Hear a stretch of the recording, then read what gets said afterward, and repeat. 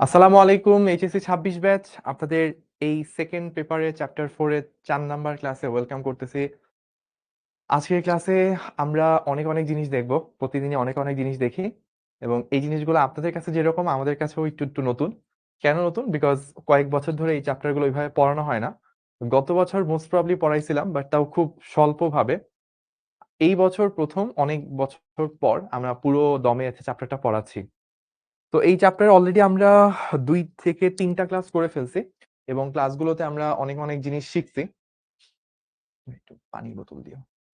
হুম। So আমরা ক্লাসগুলোতে অনেক জিনিস শিখছি এবং আমরা আজকের ক্লাসেও বেশ ভালো পরিমাণ জিনিসপাতি শিখব। আগামী ক্লাসটাতেও শিখব। এই চ্যাপ্টারের ২ টা পার্ট। ১ম পার্টে হচ্ছে আমরা ইলেকট্রিক ফিল্ড এবং ম্যাগনেটিক ফিল্ড মিলে যেসব ঘটনাগুলো ঘটে সেগুলো দেখি। আজকের ক্লাস এবং আগামী ক্লাস পর্যন্ত আমরা এগুলো দেখব। তারপর আমরা পিওর ম্যাগনেটিজম নিয়ে কাজ করব। ম্যাগনেটিক প্রপার্টি গুলো কি হয়, হিস্টেরিসিস লুপ কিভাবে কাজ করে, পৃথিবীর চুম্বকত্ব কিভাবে কাজ করে, আরো সুন্দর জিনিস আসবে। তো আমরা ১ম এ একটু সংক্ষেপে জেনে নিব যে আমরা এই পর্যন্ত কি জিনিস দেখছি।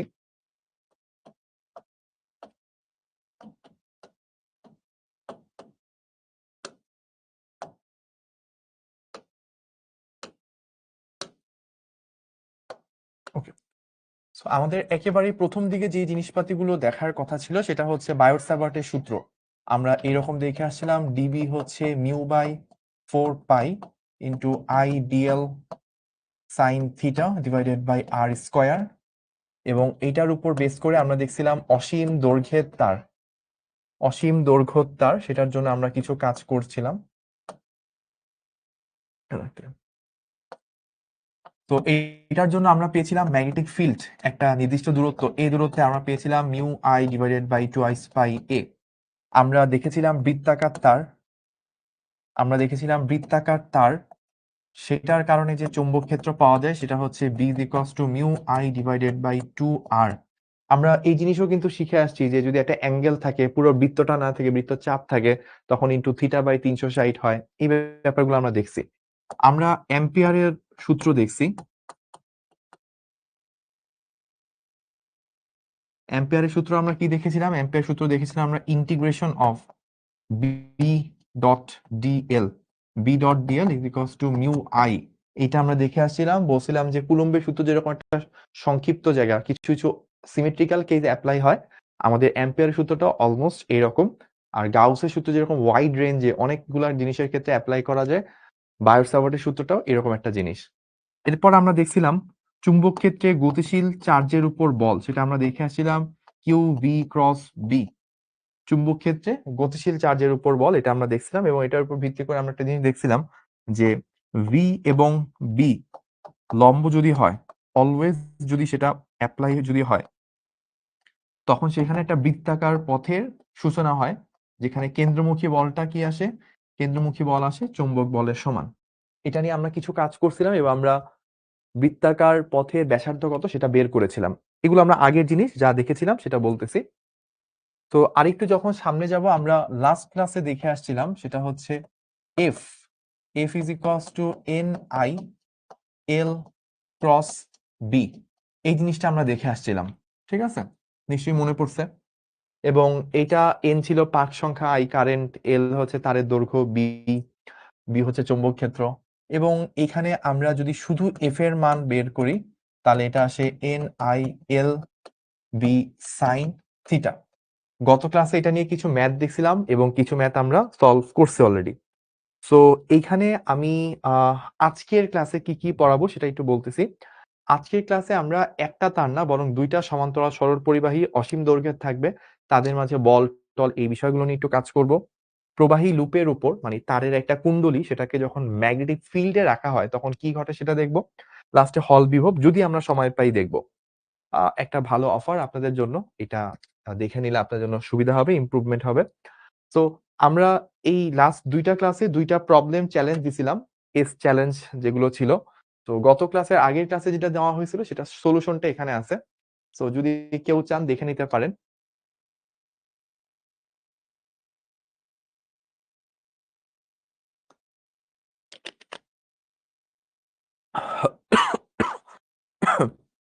সো যারা দরকার মনে করেন স্ক্রিনশট তুলে নিতে পারেন।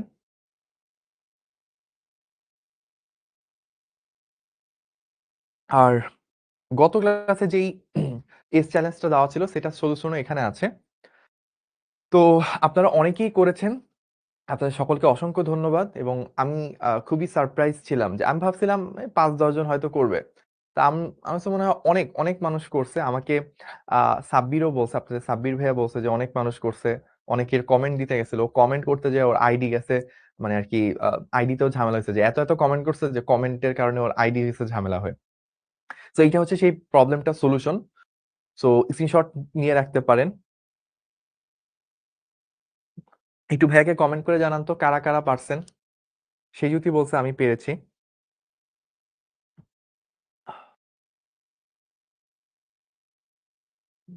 আমার ২ টাই হইছে। সানজিদা রাফা বলছে কংগ্রাচুলেশনস। নন্দিনী বলছে হইছে। আ হইছে। সাদিকুর বলছে, সাদিয়া বলছে। আচ্ছা, পারছি। অনেকে বলছে। আচ্ছা। আমি চেষ্টা করতেছি খুব চেষ্টা করতেছি যে নামগুলো পড়ার। কিন্তু এত স্পিডে যাচ্ছে, আমার পড়ার আগেই চলে যাচ্ছে। সুস্মিতা একজন বলছে পাইছে। আ মিথুন বলছে পাইছে। পারছে। সরি পারছে বলছে। ২-১ জন হচ্ছে যে ২৭ ডিগ্রি কোথায় যেন আছে এফসিডি। এটা একটু ধরতে কষ্ট হয়েছে জানাইছে আমাকে। মিমি বলছে ২ টাই হইছে। আচ্ছা যাক গুড। আপনারা পারছেন। ভালো শিখতেছেন। তো যারা গত দিনের চ্যালেঞ্জটা এবং এই চ্যালেঞ্জটা ২ টা এস চ্যালেঞ্জই পাইছেন, তাদেরকে আমি বলব যে বুয়েটে যদি খুব কঠিন কোয়েশ্চেনও আসে, তাও এত কঠিন আসবে না। মানে এট লিস্ট এখানে যেটা ছিল। সো এগুলা পেরে যাওয়া মানে কিন্তু একটা খুব পজিটিভ সাইন যে বুয়েটেও যেগুলো আসবে না, সেগুলো মানে বুয়েটে আসলে সর্বোচ্চ এইটুকু কঠিন আসবে। সো বুয়েটে আসা সর্বোচ্চ কঠিন কোয়েশ্চেনও আপনি সলভ করতে পারতেছেন। সো কোন সময় যদি মনে হয় যে আমি পারি না, আমি পারতেছি না, আমার পরীক্ষার রেজাল্ট খারাপ হচ্ছে, হতাশ হওয়ার কিছু নেই। তখন এই জিনিসগুলোর কথা খেয়াল করবেন। এটা কিন্তু আপনি নিজে মিলাইছিলেন। আপনি বুঝছেন, বুঝে তারপর আপনি নিজে সলিউশন করতে পারছেন। তো অবশ্যই আপনার দ্বারা পসিবল।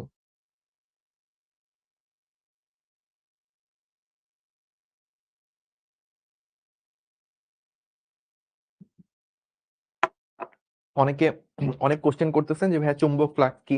ওই টপিক গুলো এখনো আসেই নাই। আরো ২-৩ টা ক্লাস পর আমরা চুম্বক ফ্লাক্স এই সেই অনেক কিছু পড়ব। সো হ্যাঁ, যেমন চুম্বক ক্ষেত্রের একক যখন বলছিলাম weber per metre square, weber কি আমি এখনো বলিই নাই। সো এগুলো আছে বাট চ্যাপ্টারের একটু শেষের দিকে। আমরা যখন ভেক্টর পড়তেছিলাম তখন মনে আছে ক্যালকুলাস করছিলাম। তো ক্যালকুলাস তো তখন ১-২ ক্লাসে কতটুকুই বা করা যায়। পরে তো আপনারা ২ মাস ধরে শুধু ডিফারেন্সিয়েশন ইন্টিগ্রেশন করছেন। তো ফিজিক্সের অনেক কিছু এরকম যে যেটা যাদের পড়ানোর কথা তারা যখন অনেক পরে পড়াবে, সেটার আগেই ফিজিক্সের মানুষজনদেরকে ওইটা পড়ায় ওইটার অ্যাডভান্স জিনিস পড়ায় ফেলতে হয়। দ্যাটস ওয়াই ফিজিক্সটা অলওয়েজ চ্যালেঞ্জিং। টেনশন নিয়েন না, শুভ ভাইয়া যেহেতু আছি, এই চ্যাপ্টারে যখন লাস্ট ক্লাসটা হয়ে যাবে, তখন দেখবেন এই চ্যাপ্টার রিলেটেড ইনশাআল্লাহ প্রতিটা কনসেপ্ট ক্লিয়ার হবে ইনশাআল্লাহ। প্রতিটা ডাউট সেটা দূর হয়ে যাবে এবং আশা করতেছি সবগুলা ক্লাস করলে আপনার মনে একটা কনফিডেন্স পাবেন যে হ্যাঁ, এই চ্যাপ্টারে আমি ফিজিক্সে আর কোন চ্যাপ্টার না পারলেও এই চ্যাপ্টারটা পারব। কেন? জাস্ট একটা কথা মাথায় রাখেন, এই চ্যাপ্টারটা আপনাদের শুভ ভাইয়ার পুরো ইন্টারের ফিজিক্সের সবথেকে প্রিয় চ্যাপ্টার। এই চ্যাপ্টারটা আপনাদের শুভ ভাইয়ার সবথেকে প্রিয় চ্যাপ্টার। তো আমি যখন ইন্টারে ছিলাম এবং কি আমি যখন ১ম টিচার হই ২০১৪ র শেষ দিকের কথা মনে হয়। আমি তো ২০১৪ ডিসেম্বরে আমাদের বুয়েটের রেজাল্ট দেয়। তো তখন ২০১৪ এর শেষ দিকে মানে ডিসেম্বরের শেষ দিকের কথা। তখন টিচারদের ডেমো নিচ্ছিল। তো আমি ফিজিক্স টিচার হওয়ার জন্য ডেমো দিতে গেলাম। তো তখন হচ্ছে যে আমাকে যে বলছিল যে তুমি কোন টপিক থেকে পড়াইতে আ স্বাচ্ছন্দ্য ফিল করো? তো আমি বলছি যে এই চ্যাপ্টারটা তড়িৎ প্রবাহের চুম্বকীয়। তো আমাকে এখান থেকে খুবই জটিল কোয়েশ্চেন করছিল। এবং যিনি কোয়েশ্চেন করছে তিনি এক্সপেক্ট করে নাই যে আমি অ্যান্সারটা পারব। তাও এত মানুষের সামনে দাঁড়ায় ১ম বার। বাট আলহামদুলিল্লাহ আমি কোয়েশ্চেনটা খুব সুন্দর করে অ্যান্সার করতে পারছিলাম। এবং ওইটা থেকেই মানে যারা সিলেকশন বোর্ডে ছিল তাদের আমার প্রতি একটা অন্যরকম ইমপ্রেশন তৈরি হয়েছিল। এনিওয়েজ আরো অনেক ঘটনা আছে আস্তে ধীরে আমরা বলব। সো এখন আমি একটা কাজ করব সেটা হচ্ছে যে কমেন্টটা একটু অফ করে দিব। বিকজ আমি এই জিনিসটা অবজার্ভ করছি যে পড়ানোর টাইমে যদি কমেন্টটা অন রাখি তাহলে আপনাদের অনেকেরই কনসেন্ট্রেশন চলে যায়। Including me. সো আমরা এখন যেই জিনিসটা শুরু করব সেটা হচ্ছে ২ টা বিদ্যুৎবাহী তার, সমান্তরাল তার, তাদের মধ্যে দিয়ে যখন কারেন্ট যায় তখন কি ঘটে সেই জিনিসগুলো আমরা দেখব। তো চলেন আমরা শুরু করি। বিসমিল্লাহ।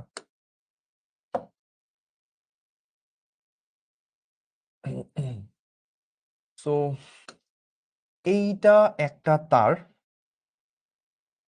এবং এইটার পাশে আরেকটা তার আছে।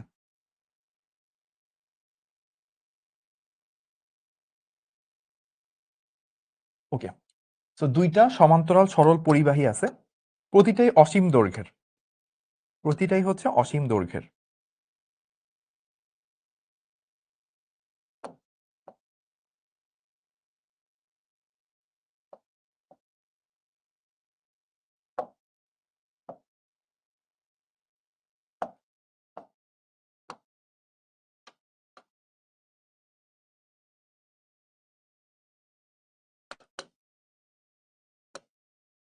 সো প্রতিটার মধ্যে দিয়ে কারেন্ট যাচ্ছে, ধরলাম এটার মধ্যে দিয়ে কারেন্ট যাচ্ছে I1, এইটার মধ্যে দিয়ে কারেন্ট যাচ্ছে I2, তাদের মধ্যবর্তী দূরত্ব সেটা ধরে নিলাম a। ঠিক আছে, এখন একটা জিনিস ভাইয়ের সাথে খুব ভালো করে ফোকাস করেন, এইভাবে যখন কারেন্ট যাবে I1 তারের মধ্যে দিয়ে, সো আমি ডান হাতের বুড়ো আঙ্গুল যদি কারেন্টের দিক হয়, তাহলে বাদ বাকি চারটা আঙ্গুল চৌম্বক ক্ষেত্রের দিক। তার মানে এই তারের কারেন্টের কারণে এইখানে চতুর্দিকে হচ্ছে চৌম্বক ক্ষেত্র তৈরি হবে ভিতরের দিকে। আর আমি চৌম্বক ক্ষেত্রের দিকটা যদি এখানে বসাই, চৌম্বক ক্ষেত্রের দিকটা হবে কি ক্রস, চৌম্বক ক্ষেত্রের দিকটা হবে ক্রস।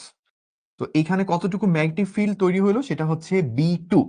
এই তারে কারেন্ট যাওয়ার কারণে এইখানে যদি আমি কারেন্টের দিক ধরি, তাহলে এখানে একটা চুম্বক ক্ষেত্র তৈরি হবে, তাহলে এইখানে যেতে যেতে এইখানেও চুম্বক ক্ষেত্র তৈরি হবে, সেটার মান B2 যদি হয়, B2 হবে mu naught I1 divided by twice pi into কতটুকু দূরত্বে আছি এ দূরত্বে ইন্টু এ।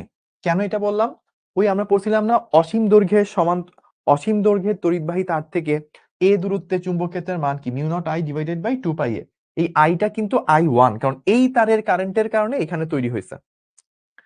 সিমিলার ওয়েতে দেখেন I2 তে যখন কারেন্ট যাবে এইটার কারণে এই পাশে আমাদের যদি এই পাশগুলোর কথা চিন্তা করি, তখন চুম্বক ক্ষেত্রের দিক কোন দিকে আসে, ডান হাতের বুড়ো আঙ্গুল নিলে এই বরাবর আসতেছে, তাহলে এই দিকে প্রত্যেকটা বিন্দুতে ডট হবে। এই ডটটা যদি এইখান পর্যন্ত আসি, তাহলে এই জায়গায় চুম্বক ক্ষেত্র তৈরি হবে। ধরলাম এইটাকে আমি B1 বললাম, এই চুম্বক ক্ষেত্রটাকে আমি B1 বললাম, এটা দিক হচ্ছে ডট, এবং এটার মান কি হবে mu naught I2 divided by 2 pi a. বলুন ভাইয়া কেন I2? কারণ এইখানে যে কারেন্টটা যাচ্ছে I2 কারেন্টের কারণে এখানে চুম্বক ক্ষেত্র তৈরি হয়েছে, দ্যাটস ওয়াই I2। ব্যাপারটা কিন্তু এমন না যে শুধু এই পয়েন্টে তৈরি হচ্ছে, এখানে প্রত্যেকটা বিন্দুতেই ডট তলকে ভেদ করে বাইরের দিকে চুম্বক ক্ষেত্র তৈরি হচ্ছে, বা এই I1 এর কারণে এখানে প্রত্যেকটা বিন্দুতেই তলকে ভেদ করে ভিতর দিকে চুম্বক ক্ষেত্র তৈরি হচ্ছে। বাট আমার স্পেসিফিক্যালি দরকার এই কারেন্টের কারণে এই তারের মধ্যে কতটুকু চুম্বক ক্ষেত্র তৈরি হয়েছে, আর এই কারেন্টের কারণে এই তারের উপরে কতটুকু চুম্বক ক্ষেত্র তৈরি হয়েছে, সেটা বের করলাম, সেটা মান দিক দুইটাই বের করলাম। এইবার খুবই কেয়ারফুলি আমরা খেয়াল করব, খুবই খুবই কেয়ারফুল, যত কনসেন্ট্রেশন আছে, যত কিছু আছে মনের ধ্যান ধারণা সবকিছু বাদ দিয়ে আপনি এটার উপর ফোকাস করেন। একটা খুব মজার জিনিস আপনি বুঝতে যাচ্ছেন, দেখেন তো ভাইয়া এটা বুঝেন কিনা।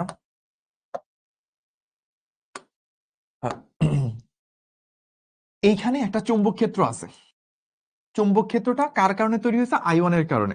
এখন যার কারণেই তৈরি হোক না কেন, এখানে একটা চৌম্বক ক্ষেত্র বিদ্যমান যেটা তলকে ভেদ করে ভিতরে ঢুকতেছে, তাহলে চৌম্বক ক্ষেত্রের মধ্যে একটা তড়িৎবাহী তার যদি রাখি, তাহলে সেই তারের উপর কি একটা চৌম্বক বল প্রযুক্ত হবে। গত ক্লাসে তো আমরা এটা নিয়েই কাজ করছি যে চৌম্বক ক্ষেত্রের মধ্যে একটা কারেন্টের তারকে রাখলে ওটার উপর কতটুকু বল প্রযুক্ত হয়। তাহলে এখানে একটা চৌম্বক ক্ষেত্র এক্সিস্ট করতেছে, তার মধ্যে একটা তড়িৎবাহী তার আছে, তাহলে এটার উপর একটা বল প্রযুক্ত হবে। ধরলাম এটা তো সেকেন্ড তার মানে I2 তার, তো এটার মধ্যে F2 বল প্রযুক্ত হবে। এখন F2 টার দিক কোন দিকে হবে, দিক বুঝার জন্য অলওয়েজ আমরা করব কি, দুইটা কলম বা একটা কলম একটা পেন্সিল এরকম কিছু নিব। সো খেয়াল করে দেখেন, আমরা ক্রস গুণন মেথডে যদি কাজ করি, তাহলে আমাদের সূত্র কি ছিল, F equals to NIL cross B। এল কোন দিকে ছিল, কারেন্টের দিকে, যে এই দিক বরাবর হচ্ছে এল, বি কোন দিকে, তলকে বা স্ক্রিনকে ভেদ করে ভিতরের দিকে। সো ডান হাতের, দেখেন আমি করলাম কি, ডান হাতের চারটা আঙ্গুল আমি হচ্ছে এই বরাবর, অর্থাৎ এল বা কারেন্টের দিকে ধরে আমি হচ্ছে কিসের দিকে, চুম্বক ক্ষেত্রের দিকে ঘুরাচ্ছি। আমার বুড়ো আঙ্গুল কোন দিকে, আমার দিকে মুখ করে আছে। তার মানে এখানে যে চুম্বক ক্ষেত্রটা তৈরি হবে, সেই চুম্বক ক্ষেত্রটা কোন দিকে হবে, সরি, এখানে যে চুম্বক বলটা তৈরি হবে সেই বলটা হচ্ছে এই ডিরেকশনে হয়ে যাবে। সো আমি এই বলটাকে নাম দিচ্ছি F2, এই বলটাকে আমি নাম দিলাম F2। সিমিলারলি আমি যদি এই তারের উপর কি হচ্ছে সেটা চিন্তা করি, এই তারের উপর চুম্বক ক্ষেত্র যেটা আছে, এখানে যে চুম্বক ক্ষেত্রটা এক্সিস্ট করতেছে এটা তলকে ভেদ করে বাইরের দিকে আসতেছে। তাহলে চুম্বক ক্ষেত্রের দিকে আমি একটা তারকে ধরলাম, সো একটা কলমকে ধরলাম চুম্বক ক্ষেত্রের দিকে, আর আমার কারেন্ট যাচ্ছিল হচ্ছে উপরের দিকে, এটা উপরের দিকে ধরলাম। তাহলে আমি ডান হাত নিব, ডান হাতে 4টা আঙ্গুলকে আই এর দিক থেকে বি এর দিকে ঘুরাবো, বা এল এর দিক থেকে বি এর দিকে ঘুরাইলে দেখেন বুড়ো আঙ্গুলটা এই পাশে আসে। তাহলে এই তারের উপর বল প্রযুক্ত হবে হচ্ছে এই দিক বরাবর, এটাকে আমি ধরেন বললাম F1। ওকে, এখন দেখেন আলটিমেটলি কি ঘটলো। আমি যদি চিন্তা করি যে নর্মালি কি হচ্ছিল, এই তারের মধ্যে দিয়ে কারেন্ট যাচ্ছিল আর এই তারের মধ্যে দিয়ে কারেন্ট যাচ্ছিল। সো দুইটা তারের মধ্যে কারেন্ট যাওয়ার কারণে, এইটার কারণে ওইখানে চুম্বক ক্ষেত্র, ওইটার কারণে এখানে চুম্বক ক্ষেত্র তৈরি হইলো। ফলে চুম্বক ক্ষেত্রের মধ্যে তার থাকার কারণে, তড়িৎবাহী তার থাকার কারণে সে একটা বল প্রযুক্ত হইলো।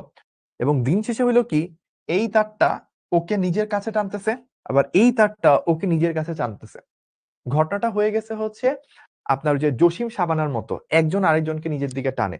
সো এইটাকে আমরা কি বলবো, আকর্ষণ বলবো নাকি বিকর্ষণ বলবো? অবশ্যই আকর্ষণ বলবো। তো এই তারটাকে I1 নিজের দিকে টানতেছে, আবার I2 কে I1 নিজের দিকে টানতেছে, তাহলে একজন আরেকজনকে নিজের দিকে টানতেছে, তার মানে আকর্ষণ তৈরি হচ্ছে।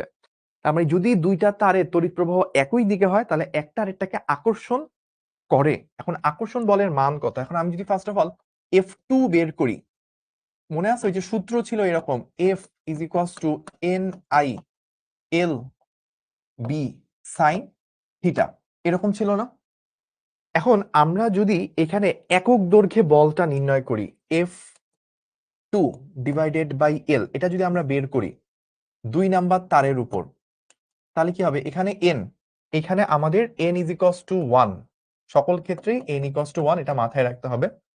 তো F2 বাই L, L টিকে যদি নিচে নিয়ে আসি, n তো 1, তাহলে কি থাকে I, তাহলে F2 এখানে, এখানে I কত ছিল, এখানে আইটা ছিল হচ্ছে I2, সো I2 বসাইলাম, কিন্তু ওইখানে চুম্বক ক্ষেত্র কত ছিল B2, B2 বসাইলাম, সাইন থিটা, সাইন থিটা মানে কত, সাইন 90 ডিগ্রি, কারণ এখানে 90 ডিগ্রিতে আছে। তাহলে আমরা মানটা কত পাচ্ছি, I2 ইন্টু B2 এর ভ্যালু, যে B2 এর যে মানটা সেটা বসাবো, mu naught I1 divided by 2 pi a into sine 90, that means হচ্ছে 1। অতএব F2 by L is equals to mu naught I1 I2 divided by 2 pi a। এইটাই হচ্ছে আমাদের সেই F2 বাই L, সেটা আমরা বের করে ফেললাম, যে প্রতি একক দৈর্ঘ্যে কতটুকু বল তৈরি হয়েছে, কতটুকু আকর্ষণ বল তৈরি হয়েছে। এটা কোথায় তৈরি হয়েছে, এটা হচ্ছে আপনার 2 নাম্বার তারের মধ্যে তৈরি হয়েছে। এখন আমরা সিমিলার কাজ করব নাও। এখন আমরা যেটা করব সেটা হচ্ছে 1 নাম্বার তারের উপর কি ঘটছে। তো F1 divided by L, F1 এই তারের ক্ষেত্রে যদি চিন্তা করি, আমার এখান থেকে তো আমি জানি যে ভাইয়া F বাই L এটা কত, এটা হচ্ছে N I B sine theta, তাই না? সো আমি F বাই L, N কত, N হচ্ছে 1, তারপর I, এখানে কোন কারেন্টটুকু যাচ্ছে, I1 কারেন্টটুকু যাচ্ছে, তারপর এখানে ম্যাগনেটিক ফিল্ড কত, B1 ইন্টু সাইন থিটা কত, সাইন 90। তাহলে আমি যদি মানটা বের করি, তাহলে I1 ইন্টু B1 এর মান কত, B1 এর মানটা বসাবো, mu naught I2 divided by 2 pi a into sine 91। তাহলে এইখান থেকে আমি বলতে পারি অতএব F1 divided by L is equals to mu naught I1 I2 divided by 2 pi a। এই তো আমরা দুইটা জিনিস বের টের করে ফেললাম, ঠিক আছে? ওকে, সো আমরা তাহলে ওভারঅল সোফার কি কি কাজ করছি, আমরা হচ্ছে দেখলাম, পুরা ঘটনাটাকে আরেকবার রিভিউ করব, সমস্যা নেই, টেনশন নেওয়ার কোনো কারণ নেই। আমরা দেখলাম যে দুইটা তার আছে, দুইটা কারেন্টের তার আছে, দুইটা অসীম দৈর্ঘ্যের কারেন্টের তার, এখানে I1 আর এখানে I2 কারেন্ট যাচ্ছে। সো এখানে I1 কারেন্টের দিকে ডান হাতের বুড়ো আঙ্গুল ধরলে ফ্লেমিং এর রাইট হ্যান্ড রুল অনুযায়ী এই দিকে হচ্ছে তলকে ভেদ করে ভিতরের দিকে চুম্বক ক্ষেত্র তৈরি হয়, সেটার মান আমরা বের করলাম মিউ নট I1, কারণ I1 এর কারণে তৈরি হচ্ছে 2 পাই এ। সিমিলার ওয়েতে এই দিকে কারেন্টের কারণে এই দিকে চুম্বক ক্ষেত্র তৈরি হয়েছে mu naught I2, because I2 কারেন্টের কারণে তৈরি হয়েছে। তারপর আমরা দেখলাম কি, B2 চুম্বক ক্ষেত্রের মধ্যে I2 কারেন্টের তার রাখলে কতটুকু চুম্বক বল তার উপর প্রযুক্ত হয়, ওই যে F, ওই সূত্র NI LV sin θ, এখানে একক দৈর্ঘ্যে কতটুকু বল সেটা আমরা বের করছি, মানটা বের করলাম এমন।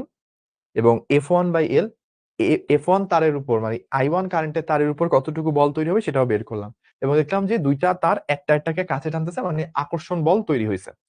ওকে, সো আমরা এবার দেখব যে যদি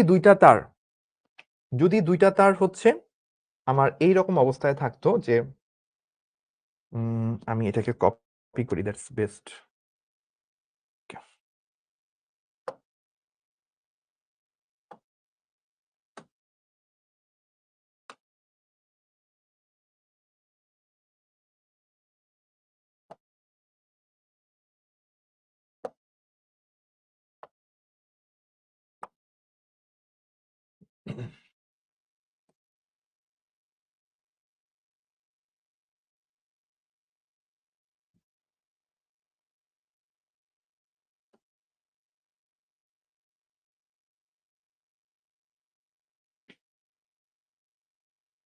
সো আমি এখন সেকেন্ড একটা কেস দেখাচ্ছি।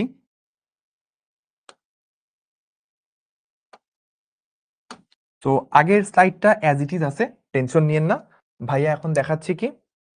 তো যখন দুইটা, একটু আগেরটা কি ছিল, একটু আগের কেসটা ছিল হচ্ছে যখন when I1 and I2 in same direction, সেই কেসটা আমি দেখছি।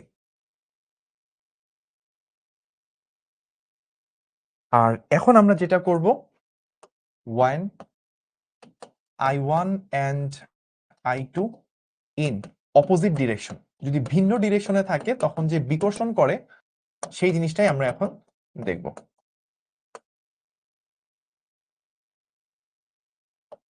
সো চলেন আমরা একটু দেখি। সো এবার আমি ধরে নিব যে ভাইয়া এই দিকে কারেন্টটা I1 এটাই রাখলাম, কিন্তু এই দিকে কারেন্টটা উল্টো দিকে দিলাম I2। এখন এই I1 এর কারণে এখানে কতটুকু চুম্বক ক্ষেত্র তৈরি হবে, সেই চুম্বক ক্ষেত্রটাকে আমরা দেখলাম, এটা আসলে ক্রস আসে এইখানে B2, সেটার মান আসে mu naught I1 divided by 2πa, এটা নিয়ে টেনশন নেই। আর এখানে I2 দিকটাতে এখন ঘুরে গেছে এইভাবে, তাহলে এইটার কারণে ওইখানে কতটুকু চুম্বক ক্ষেত্র তৈরি হয় সেটাও ক্রস আসছে, তাহলে সেটাও দিলাম। এটা হবে B1, যেটার মান হচ্ছে mu naught I1 divided by 2πa।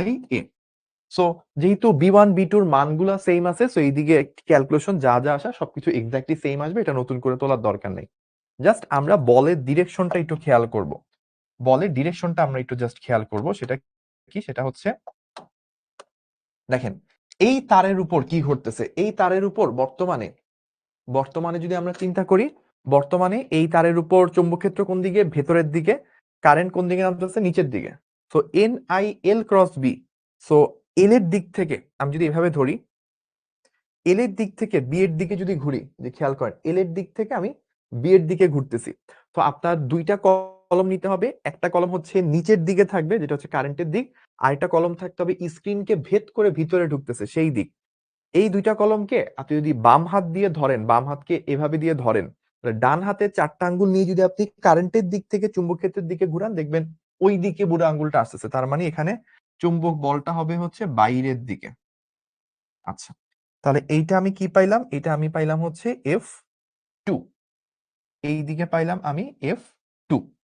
আচ্ছা, এবার দেখি যে এই তারের উপর কি ঘটতেছে, I1 তারের উপর কি ঘটে। I1 তারের উপর এখনো চুম্বক ক্ষেত্র ভিতরের দিকে, আর I1 কারেন্ট হচ্ছে উপরের দিকে। সো আমি আবারও কাজ করব, I বা L এর দিক থেকে B এর দিকে ঘুরবো। দেখেন I এর দিক বা L এর দিক থেকে আমি B এর দিকে আস্তে আস্তে ঘুরতেছি, বুড়ো আঙ্গুলটা আমার দিকে, তার মানে হচ্ছে এই দিকে।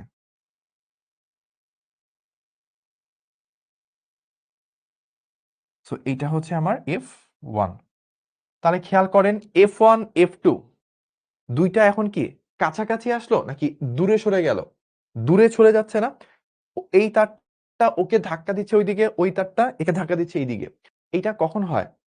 যখন একই মুভিতে জসিম আলমগীর দুইজনই যখন চলে আসতো, তখন তাদের মাঝে কি হইতো, তারা প্রথমে কি ভাই থাকতো, তারপর একটা সময় যে তাদের দুজনেরই শাবানার সাথে দেখা হইতো বা বন্ধু থাকতো, খুব ভালো সম্পর্ক, এক সময় যে দুজনেই শাবানার সাথে দেখা হইতো, তারপর কি তাদের মাঝখানে বিকর্ষণ।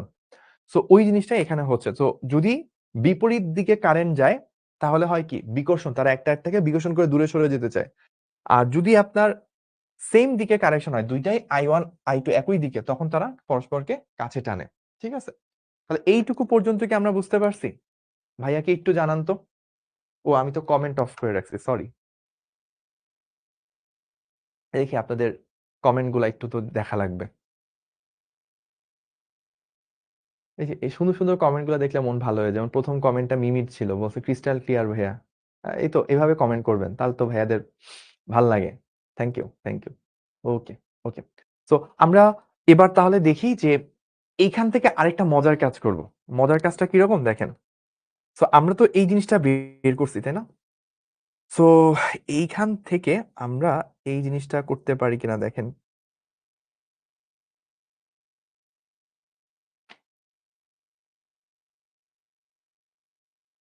এটারই কপি করি, সমস্যা নেই। না, এটারও ভালো লাগতেছে না। এইখান থেকে নিয়ে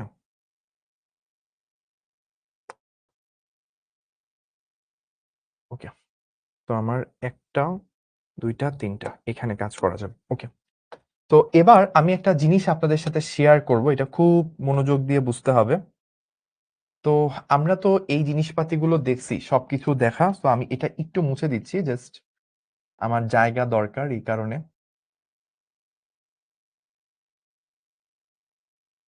ওকে। তো আমি একটু জাস্ট এগুলাকে ছোট করব।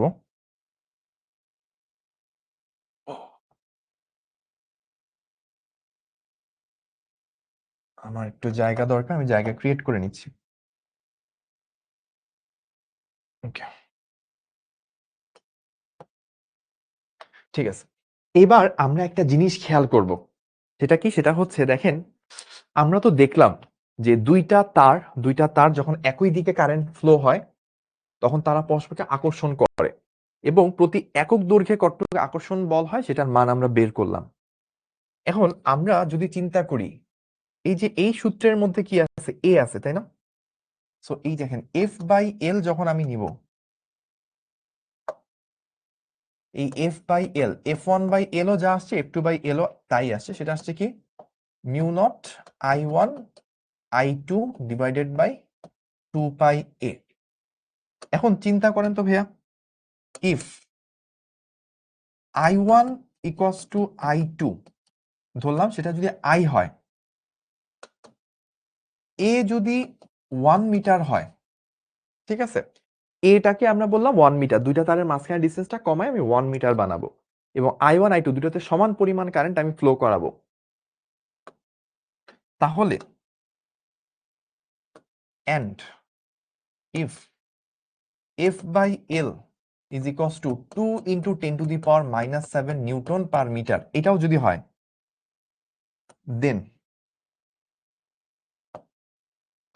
দেন আমরা কি পাচ্ছি একটু খেয়াল করেন। F/L এর জায়গায় আমি কত বসাইলাম? 2 into 10 to the power minus 7 যদি হয় মিউ নটের মান আমি কত জানি? 4π into 10 to the power minus 7, এটা আগেই বলছি। I1 আর I2 দুইটাই কি I এর সমান সমান সমান ধরছি, তাহলে দুইটা মিলে I square into twice pi into a কত ধরছি আমি? 1 মিটার। যদি সেটা হয় তখন আমরা কি পাচ্ছি দেখেন। প্রথমত এইটা আর এটা কাটাটি করলে 2 হবে। তারপর দেখেন ভাইয়া, এই টু কাটা, 10 to the power minus 7, 10 minus 1 কাটা, দিন শেষে আপনার পড়ে থাকে কি? দিন শেষে আপনার পড়ে থাকে I square is equals to 1। অতএব I equals to plus minus 1 বা শুধু 1। ঠিক আছে, তো এইখান থেকে আমরা এই জায়গাটায় চলে আসলাম। I কত পাইলাম? 1 পাইলাম। মনে আছে 1900 সালে আপনারা একটা সংজ্ঞা শিখছিলেন, অসীম দৈর্ঘ্যের দুটি সমান্তরাল সরল পরিবাহীর, অসীম দৈর্ঘ্যের দুটি সমান্তরাল সরল পরিবাহীর প্রত্যেকটিতে যে পরিমাণ কারেন্ট গেলে, মানে I1 I2 সমান হলে যদি তাদের 1 মিটার দূরত্বে রাখা হয় এবং পরস্পরের মধ্যে প্রতি একক দৈর্ঘ্যে F/L প্রতি একক দৈর্ঘ্যে 2 × 10⁻⁻7 নিউটন বল তৈরি হয়, তাহলে তারগুলোর প্রতিটিতে যে পরিমাণ কারেন্ট গেছে তাকেই কি বলা হইতো? 1 অ্যাম্পিয়ার বলা হইতো। এত ভেঙে ভেঙে না বলে একসাথে বলি। দুটি অসীম দৈর্ঘ্যে সমান্তরাল সরল পরিবাহীর পরস্পর থেকে 1 মিটার দূরে রাখলে প্রতিটির মধ্যে দিয়ে যে পরিমাণ তড়িৎ প্রবাহ হলে তাদের মধ্যে প্রতি একক দৈর্ঘ্যে 2 × 10⁻⁷ নিউটন বল তৈরি হয়, সেই পরিমাণ তড়িৎ প্রবাহকে 1 অ্যাম্পিয়ার বলা হয়। Once upon a time, we had to memorize this, but we had no idea where from is this coming. But now, this is the time. This is our time. এখন আমরা বুঝি ভাই কোত্থেকে এটা হচ্ছে। I1, I2 দুইটার মান সমান। I1, I2 দুইটার মান সমান, I ধরলাম। তাদের মাঝখানে ডিসটেন্সটাকে 1 বানাইলাম। যদি এই পরিমাণ বল তৈরি হয়, মানে যেই পরিমাণ কারেন্ট এই পরিমাণ বল একক দৈর্ঘ্যে তৈরি করতে পারে, সেই পরিমাণ কারেন্টকে কি বলছি? 1 অ্যাম্পিয়ার। কোত্থেকে আসছে সংজ্ঞা? এই যে দিস ইজ দ্য ডেরাইভেশন, এইখান থেকে 1 অ্যাম্পিয়ার সংজ্ঞা আসছিল। তো দেখি আমাদের সামনে 1 অ্যাম্পিয়ারের সংজ্ঞা থাকবে। সো এখানে কিছু জিনিস বলছে, ওই যে আমরা যেটা আকর্ষণ বিকর্ষণ দেখাইছিলাম ওইটা এখানে দেখাইছে, নাথিং নিউ। সো প্রতি একক দৈর্ঘ্যে বল এগুলা দেখাইছে। এইখানে দেখেন 1 অ্যাম্পিয়ারের সংজ্ঞা ওরা বলছে শূন্য মাধ্যমে পরস্পর 1 মিটার দূরত্বে অবস্থিত অসীম দৈর্ঘ্যের এবং উপেক্ষণ প্রস্থিত দুটি সমান্তরাল সরল তারের প্রত্যেকের মধ্যে দিয়ে যে পরিমাণ বিদ্যুৎ প্রবাহিত হলে, তার মানে বুঝছেন 1 মিটার দূরত্ব, এটা যেটা বলছে এটা আসলে কি বলে দিছে ওরা? এটা আসলে এ বলে দিছে। তারপর বলছে কি প্রত্যেকের মধ্যে দিয়ে, প্রত্যেকের, তার মানে কি এটা বুঝাচ্ছে I1 আর I2 সমান প্রতি একক দৈর্ঘ্যে 2 × 10⁻⁷ নিউটন বল। দেখেন প্রতি মিটার দৈর্ঘ্যে, তাকে 1 অ্যাম্পিয়ার বলে। এই সংখ্যাটাই ছোটবেলায় আপনি মুখস্থ করতেন। আজকে ভাইয়া চিন্তা করছে আপনাদেরকে মুখস্থ না, আপনাদেরকে বুঝানোর সিচুয়েশনে নিয়ে আসার। তো আমি আরবার কিছু সময়ের জন্য কমেন্টটা অন করে দিচ্ছি, আমাকে একটু কমেন্ট করে জানান এখন কি আপনাদের এই 1 অ্যাম্পিয়ার এই জিনিসটা কি বোঝা হয়েছে কিনা? বুঝতে পারছেন? ওয়াও! কমেন্ট বক্সটা আমি যদি একটু ভিডিও করে দেখাইতে পারতাম। সব অল ক্লিয়ার, এটা খুব কম দেখা যায়। Thank you, thank you. Okay, okay. So আমরা সামনে আরো অনেক সুন্দর, সুন্দর জিনিস দেখব। টেনশন নিয়েন না। আমরা অনেকগুলো অ্যানিমেশন দেখব। ভাইয়া ভুলে গেলেই যখন একটু পর আবার কমেন্ট অন করব, আমাকে একটু বইলেন। আমি সুন্দর, সুন্দর কিছু অ্যানিমেশন আনছি, কিছু YouTube এর ভিডিও, ক্লিপস-টিপস দেখাবো। সো বলের দিক আকর্ষণ নাকি বিকর্ষণ? একই দিকে হইলে আকর্ষণ। এটা তো আমরা দেখছিলাম। একই দিক আকর্ষণ, বিপরীত দিকে হইলে বিকর্ষণ। তা আমরা একটু আগে প্রুফ করে আসছি, সো নতুন কিছু না। সো এখানে অনেক কিছু দেখানো হয়েছে, ব্যাখ্যা-ট্যাখ্যা দেখানো হয়েছে। আমি তো অলরেডি হাতে কলমে দেখাইছি। সো এগুলা জাস্ট আপনার জন্য নতুন কিছু না। ওই জিনিসপাতিগুলাই বিভিন্ন অ্যাঙ্গেল থেকে দেখাইছে। সবই মোটামুটি ক্লিয়ার। সো প্রবাহী লুপের উপর চৌম্বক ক্ষেত্রের ক্রিয়াশীল টর্ক। তো এবার আমরা আরো স্পেশাল জিনিস দেখতে যাচ্ছি। সো একটু মেন্টালি রেডি হইতে হবে। আমরা এক ধরনের টপিক শেষ করছি। পরবর্তীতে আমারও পানির তৃষ্ণা লেগে গেছে। এখন আমরা আরো একটা স্পেশাল টপিক দেখতে যাচ্ছি।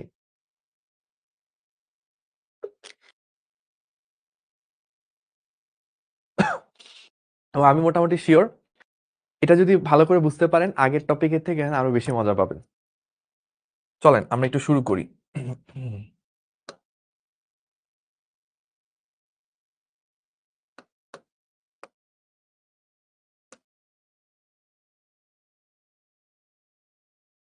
ওকে।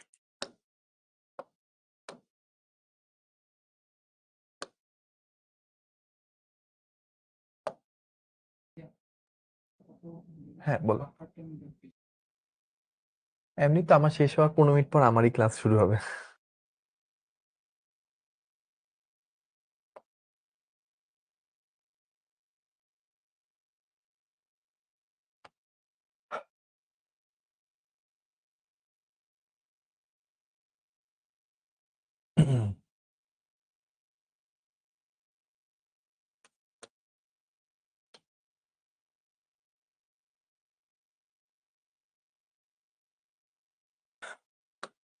তাহলে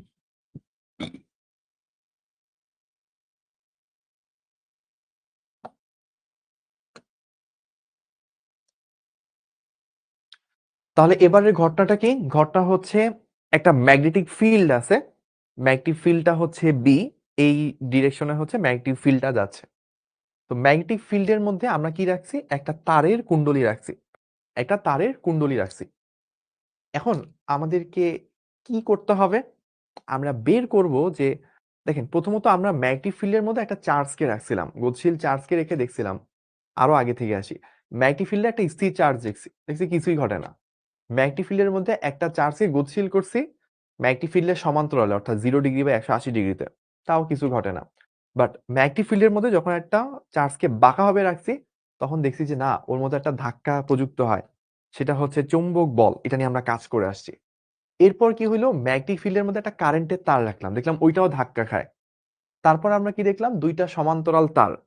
দুইটা সমান্তরাল অসীম দৈর্ঘ্যের তার কারেন্ট পাঠায় দিলাম একই দিকে দিলে তারা আকর্ষণ করে বিপরীত দিকে দিলে বিকর্ষণ করে এগুলা দেখলাম এখান থেকে 1 অ্যাম্পিয়ার সংজ্ঞা টঙ্গা সব বের করে নিয়ে আসলাম এরপর এখন আমরা কি করলাম ফার্স্টে একটা চার্জ রাখছি পরে কারেন্টের তার রাখছি এবার কারেন্টের তার একটা লুপ রেখে দিলাম তো বুঝাই যাচ্ছে লুপের মধ্যেও কিছু না কিছু ঘটবে আমরা দেখতে চাই লুপের ভিতরে কি ঘটে তাহলে আসেন একটু বের করি প্রথমত দেখেন তারের এই অংশটার দিকে খেয়াল করেন তো আমি ধরেন কিছু নাম দিয়ে দিই এ এ বি সি ডি দিলে আবার একটু কনফিউশনের প্রয়োজন পি কিউ আর এস চারটা বিন্দু চারটা নাম দিলাম তো এখন দেখেন পিকিউ অংশে যদি আমরা চিন্তা করি আমার এখানে বুঝতে হবে যে ভাইয়া এইটা হচ্ছে আমার কিসের দিক কারেন্টের দিক আর এটা হচ্ছে আমার ম্যাগনেটিক ফিল্ডের দিক তাই না তো আমি একটু সামনে আগায় আসি আই হোপ ভালো বুঝতে পারবেন এইটা হচ্ছে আমার কারেন্টের দিক আর এটা হচ্ছে ম্যাগনেটিক ফিল্ডের দিক so N I L cross B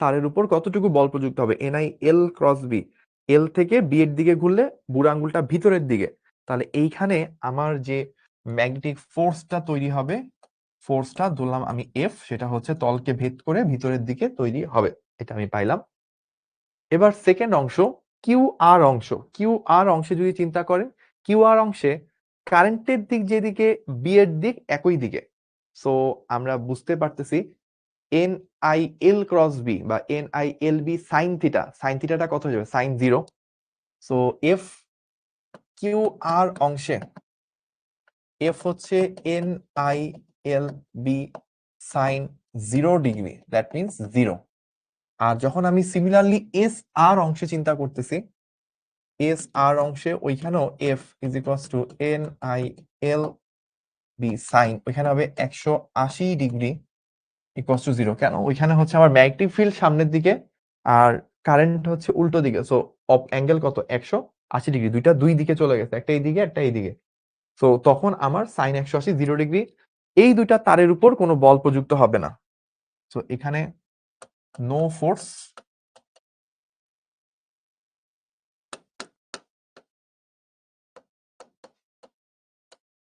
এখানেও নো ফোর্স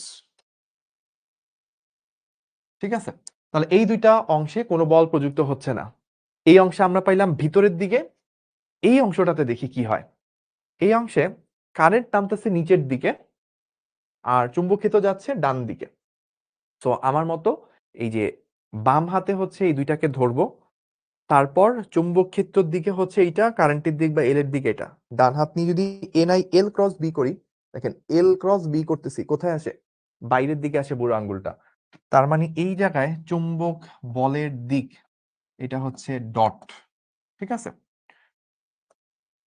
তাহলে দেখেন এই তারের যে লুপটা এই লুপের এই অংশের উপর কোনো বল নাই এই অংশের উপর কোনো বল নাই তাহলে ঘটনাটা কি রকম ঘটনাটা হচ্ছে ধরেন আমি এখানে ক্যালকুলেটর কাভারটাই দেখাইলাম সো এটা দেখা যাচ্ছে কিনা কটটুকি ধরেন এই ক্যালকুলেটর কাভার দেখা এই হচ্ছে অংশ তো এইটার এই অংশে কোনো বল নাই এই অংশেও কোনো বল নাই এই অংশটা কি ভিতরের দিকে ধাক্কা খাচ্ছে তাহলে কি এইভাবে ঘুরে যাওয়ার কথা যদি এই পার্টে কোনো বল নাও থাকতো তাও কি এই পার্টে যদি পিছন থেকে ধাক্কা মারি পিছনের ধাক্কার কারণে কেটে এভাবে ঘুরে যাওয়ার কথা তাহলে শুধু যদি এইখানে বল থাকে এই বাইরের দিকে তাও সেটা যেই দিকে ঘুরবে যদি এই দিকে কোনো বল না থেকে শুধু এই দিকে বল থাকতো তাও কি একই দিকে ঘুরতো তাহলে দুইটাই কি আসলে একই দিকে ওকে ঘুরানোর চেষ্টা করতেছে তাহলে এইখানে যতটুকু টর্ক তৈরি হবে, আমি যদি একটু এই কালার দিয়ে বলি, এইখানে যেটা হবে সে ভিতরের দিকে ঢুকতে চাচ্ছে আর এইখানে সে বাইরের দিকে বের হইতে চাচ্ছে। তাহলে দুইটাই কি আসলে একই বিলে একই দিকে ঘুরতেছে? এখানে যদি টর্কটা হয় টাউ 1, এখানে যদি টর্কটা হয় টাউ 2, দুইটা টর্ক বস্তুকে একই দিকে ঘুরাচ্ছে। উপর থেকে যদি আমি দেখি, উপর থেকে দেখলে আমি কি দেখব? ক্লকওয়াইজ দেখব নাকি অ্যান্টি ক্লকওয়াইজ দেখব? উপর থেকে যদি আমি দেখি, আমি এখানে দিক বলাটা মুশকিল যে ভাইয়া টর্কের দিকটা কি এখানে ক্লকওয়াইজ নাকি অ্যান্টি ক্লকওয়াইজ, কারণ এটা ডিপেন্ড করে আপনি উপর থেকে তাকাচ্ছেন নাকি নিচ থেকে তাকাচ্ছেন। এক এক দিক থেকে তাকাইলে এক এক রকম মনে হবে। যদি আমি উপর থেকে তাকাই তাহলে আমি কি দেখব? উপর থেকে তাকাইলে আমি দেখতেছি ঘড়ির কাঁটার দিকে ঘুরতেছে। তার মানে আমি টর্কের দিক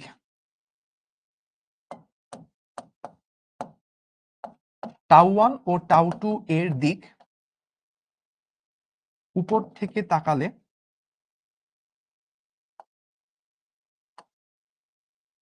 ক্লকওয়াইজ।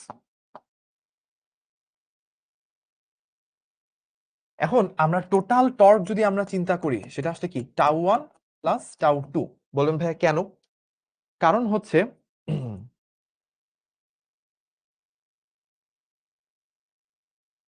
টোটাল টর্ক যদি আমরা চিন্তা করি, ওকে, তো টোটাল টর্ক যদি আমরা চিন্তা করি সেটা হচ্ছে টাউ 1 প্লাস টাউ 2। কেন? কারণ দুইটার দিকটা হচ্ছে সেম দিকে। এবার আমরা যদি মাঝখানে চিন্তা করে নিই যে এইখানে এই এক্সিস এর রেসপেক্টে সে ঘুরতেছে, মাঝখানে সাপেক্ষে তো পুরো বডিটা ঘুরবে। এটাকে অন্য একটা কালার দিলাম, লাইক এই কালারটা দিলাম। ওকে, সো এই অক্ষের রেসপেক্টে সে ঘুরতেছে সেটা যদি আমরা কল্পনা করে নিই, ভাই এইটার রেসপেক্টে সে এইভাবে ঘুরবে, সেই ক্ষেত্রে ঘটনাটা কি ঘটবে? আমাদের এই অক্ষের রেসপেক্টে এই আর রেডিয়াস চিন্তা করে যদি টর্কটা বের করি, তাও এর সূত্র ছিল আর এফ সাইন থিটা। তাহলে এখানে আসবে আর এর জায়গায় এই টোটালটা এল হইলে তার অর্ধেক, that means L/2 into F1 বা F ইন্টু সাইন থিটা। এখন এফটা যদি আপনি চিন্তা করেন, সিমিলারলি টাউ 2 আছে, টাউ 2টা আমরা একটু পরে দিতেছি। এখানে L/2 ইন্টু এফ, এফ কত? এফ হচ্ছে যখন একটা ম্যাগনেটিক ফিল্ডের মধ্যে একটা কারেন্টের তারকে রাখা হয়, তো এফটা চলে আসে NILB। সো এন তো আমরা জানি না, ধরলাম এন এর ভ্যালু যে কোনো কিছু একটা হবে। আই, এখানে আই পরিমাণ কারেন্ট যাচ্ছিল। এই তারের দৈর্ঘ্য, এই তারের দৈর্ঘ্য হচ্ছে বি, এই জন্য লেন্থের জায়গায় আমরা বি ইউজ করলাম, বিকজ এই তারের দৈর্ঘ্য হচ্ছে বি ইন্টু সাইন থিটা, এটা তো আছেই। সো এইটা আমরা পাইলাম টাউ 1। সিমিলারলি যদি আমি টাউ 2 বের করি, এখানেও দেখেন ঘূর্ণন অক্ষের রেসপেক্টে এই ডিসটেন্সটা কতটুকু ডিসটেন্স? L/2। সো আমি আর এর জায়গায় ওই যে আমাদের টাউ এর যে ফর্মুলা ছিল, টাউ আসলে কি আর এফ সাইন থিটা। সো এই ফর্মুলাটাই হচ্ছে আমরা এখানে ইউজ করতেছি। তাহলে এখানে আমরা কি করব? এখানে আমাদের দূরত্ব যেটা বা আর যেটা, এই ঘূর্ণন অক্ষ থেকে ডিসটেন্স কতটুকু দূরে বলটা তৈরি হয়েছে, এটা L/2 এফ, এফ এর জায়গায় এফ রাখলাম ইন্টু সাইন থিটা। সো এখানে যদি আমরা কাজ করি তাহলে আমরা কি পাচ্ছি? L/2 ইন্টু এফ, এফ এর জায়গায় কত আসবে? এফ এর জায়গায় NILB। সো এন, কারেন্ট তো সবার মধ্যে সেম কারেন্ট যাচ্ছে, এল, এই অংশের দৈর্ঘ্য কত? এই অংশের দৈর্ঘ্যটাও হচ্ছে বি এর সমান, into B into sine theta. দেখেন এইখানে আর এখানে সেম মান, একই মান দুইবার আসছে, তাহলে দুইটাকে যোগ করলে 2 ইন্টু এইটা, ফলে এই 2 2 কাটাকাটি যাবে, ফলে আসবে NILBB বি সাইন থিটা। এবার খেয়াল করে দেখেন আমরা এটাকে লিখতে পারি NIAB সাইন থিটা। আমরা করলাম কি? আমরা যেটা করলাম সেটা হচ্ছে এই যে দৈর্ঘ্য ইন্টু প্রস্থ, এইটার পরিবর্তে আমরা এ লিখলাম। দৈর্ঘ্য ইন্টু প্রস্থ, এল হচ্ছে দৈর্ঘ্য, বি হচ্ছে প্রস্থ, দুইটাকে গুণ করলে ক্ষেত্রফল পাওয়া যায়, সেই ক্ষেত্রফল এরিয়া লিখলাম। তাহলে ফাইনালি আমরা পেয়ে গেলাম আমাদের টর্ক। টর্কটা হচ্ছে কত? টর্কটা হচ্ছে আমরা পেয়ে গেলাম যে NIAB sine theta, NIAB sine theta. So এটা যদি ভেক্টরিক্যালি লিখি, ভেক্টরিক্যালি লিখলে এটা হবে tau is equals to NIA cross B, NIA cross B. এটা হচ্ছে আমার ফাইনাল অ্যান্সার বা ফাইনাল সলিউশন বা ফাইনাল ইকুয়েশন। এখন বলবেন ভাইয়া এখানে তো NIA ক্রস বিও হইতে পারে, যেমন NIB ক্রস এও তো হইতে পারে। সো আপনি এ ক্রস বি কেন দিলেন, কেন হচ্ছে ভাইয়া বি ক্রস এ দিলেন না? হ্যাঁ, এটা আপনাদের কোশ্চেন হইতে পারে। ও আমি কি ভুলে কমেন্ট অন করে ফেলছিলাম? ওকে, ওকে। ঠিক আছে। সো আমার তাহলে এই যে এনআই এ ক্রস বি আর এনআই বি ক্রস এ কোনটা অ্যাকচুয়ালি রাইট হবে সেটা একটু চিন্তা করি। সো আমরা এইটা বুঝার জন্য এরিয়া ভেক্টরের দিক জাস্ট এইটুকু অংশ একটু চিন্তা করি। লক করে নি, বা লক করার থেকে একটা ভালো অপশন আছে সেটা হচ্ছে কপি করা। হ্যাঁ, কপি করলে দিস ইজ বেটার। তো এবার একটা কাজ করব, আমি এই দিকে সব জিনিসপাতিগুলোকে মুছে দিব।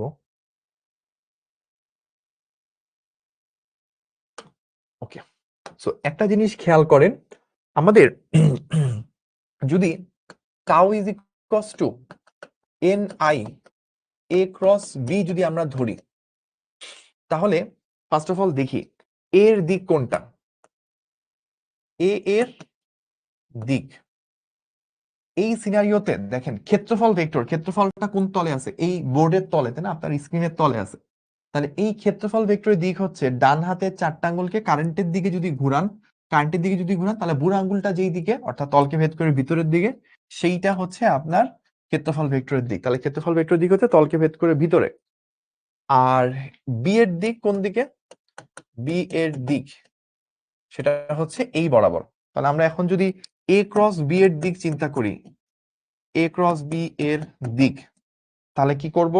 আমার একটা একটা হচ্ছে যে কলমকে এ এর দিকে ধরবো, একটা কলমকে আমি বি এর দিকে ধরবো, ধরে এ ক্রস বি করবো। দেখেন আমি যেটা করতেছি এ ক্রস বি, ডান হাতের চারটা আঙ্গুলকে ফার্স্টে তলকে ভেদ করে ভিতরের দিকে এই দিকে রেখে তারপর বি এর দিকে ঘুরাচ্ছি, আমার নিচের দিকে আসতেছে। তাহলে আমার টর্কের দিক আসতেছে হচ্ছে এখানে কোন দিকে? এখানে আমার টর্কের দিক চলে আসতেছে হচ্ছে নিচের দিকে। সো যদি আমি উল্টা কাজটা করতাম, যে বি ক্রস এ করতাম, তাহলে কি বি ক্রস এ সেটার দিকটা আসতো কি? এ ক্রস বি যেদিকে আসবে বি ক্রস এ তার উল্টো দিকে আসবে। এখন কোনটা অ্যাকচুয়ালি টর্কের দিকে হবে? তো যেমন আমার সামনে একটা বোতল আছে, তো খেয়াল করেন বোতলের মুখাটাকে আমি খুলে ফেললাম, এই যে বোতলের মুখটা আমি খুলে ফেললাম। এখন আমার সামনে যে মনে আছে একটু আগে একটা কথা লিখছিলাম, যে এখানে টর্কের দিক হবে কোন দিকে? উপর থেকে তাকাইলে ক্লকওয়াইজ। মানে এখানে যে একটা কুণ্ডলী না রেখে একটা মুখা রাখতাম, এটা মুখাটা হচ্ছে উপর থেকে তাকালে দেখতাম মুখাটা ক্লকওয়াইজ ঘুরতেছে।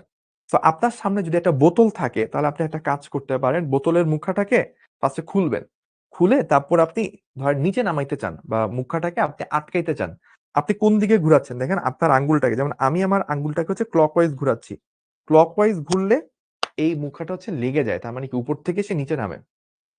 এখানে উপর থেকে তাকাইলে আমরা কি দেখতেছিলাম? এই কুড়ুলটা ক্লকওয়াইজ ঘুরতেছে। অর্থাৎ এখানেও যখন আমি দেখতেছি একটা বোতলের মুখটাকে ক্লকওয়াইজ ঘুরাচ্ছি তখন সেটা নিচে নেমে যাচ্ছে। তার অর্থ কি? ক্লকওয়াইজ যে কথা, নিচে নামা একই কথা। তাহলে আমার কোনটা হয়েছে? আমি যখন ঘুরাচ্ছিলাম, ঘুরানোর কারণে বোতলের মুখাটা তো উপরের দিকে উঠে যায়, নিচের দিকে নামছে। তাহলে এটা কোথার সাথে ম্যাচ করছে? এটা হচ্ছে যে এই কেসটা নিচের দিকে নামা এই জায়গাটার সাথে ম্যাচ করছে, এটার সাথে ম্যাচ করছে, এই জায়গাটার সাথে ম্যাচ করে নাই। তো যেটা ম্যাচ করে নাই এটা হচ্ছে ক্রস, ক্রসটাকে রেড কালার দিয়ে লেখা, এটা হচ্ছে বেটার। তাহলে আমরা এখান থেকে বুঝতে পারলাম অতএব tau is equals to N I A cross B, এটাই হচ্ছে আমার প্রপার সলিউশন বা প্রপার অ্যান্সার। সো এই তো, এইটুকু আমরা করে ফেললাম। তাহলে পুরো জিনিসটা একবার একটু রিভিউ করি, তাহলে আপনাদের জন্য একটু ইজি হবে। ভাই আরেকবার একটু বলতেছি দ্রুত, 8টা 7 বাজে না, আমাদের হাতে 23 মিনিট আছে। সো আমরা একটা তারের কুণ্ডলী, একটা চুম্বক ক্ষেত্র, এই দিকে একটা ম্যাগনেটিক ফিল্ড কাজ করতেছে, আমরা তারের কুণ্ডলী রাখলাম, পি কিউ আর এস একটা তারের কুণ্ডলী রাখলাম, এটার মধ্যে এইভাবে কারেন্ট যাচ্ছে। তো কারেন্ট যখন এইভাবে যায়, আমরা যদি চারটা আঙ্গুল ধরি আমরা দেখছি ক্লকওয়াইজ কারেন্ট যাচ্ছে, বুড়ো আঙ্গুলটা তলকে ভেদ করে ভিতরের দিকে, তাহলে বুড়ো আঙ্গুলটা হচ্ছে ক্ষেত্রফল ভেক্টরের দিক। এই যে ক্ষেত্রফল ভেক্টরের দিক, সরি, ক্ষেত্রফল ভেক্টরের দিক ক্রস, এটা আমরা একটু আগে দেখাইছি। এবার আমরা যেটা করতেছি সেটা কি? সেটা হচ্ছে যে এই তারের উপর আমার কি হয়েছে, আমার কারেন্ট হচ্ছে এইদিকে, চুম্বক ক্ষেত্র হচ্ছে ভিতরের দিকে। আমরা যখন কি করছি, সরি, চুম্বক ক্ষেত্র হচ্ছে এই দিকে, কারেন্টের দিকে হচ্ছে এই দিকে। সো আমরা এল ক্রস বি, এনআই এল ক্রস বি করার পর দেখলাম বলটা হচ্ছে ভিতরের দিকে, অর্থাৎ এই অংশটা ভিতরের দিকে ধাক্কা খায়। এই অংশ দেখা গেল কি, কারেন্ট যেদিকে ম্যাগনিফিল্ড একই দিকে, কোনো ধাক্কা খায় না। এই অংশে কারেন্ট হচ্ছে এই দিকে, ম্যাগনিফিল্ড এই দিকে সমান্তরাল, ফলে ধাক্কা খায় না। এই অংশের ক্ষেত্রে কারেন্ট এই দিকে, ম্যাগনিফিল্ড এই দিকে, সো এনআই এল ক্রস বি করলে বাইরের, যেটা হচ্ছে কি হয়, এনআই এল ক্রস বি ফলে হচ্ছে বাইরের দিকে, অর্থাৎ তলকে ভেদ করে বাইরের দিকে ধাক্কা খায়। তার মানে এই অংশটা হচ্ছে ভিতরে ঢুকে যাবে, এই অংশটা হচ্ছে সামনে আগে আসবে, মানে ব্যাপারটা এরকম।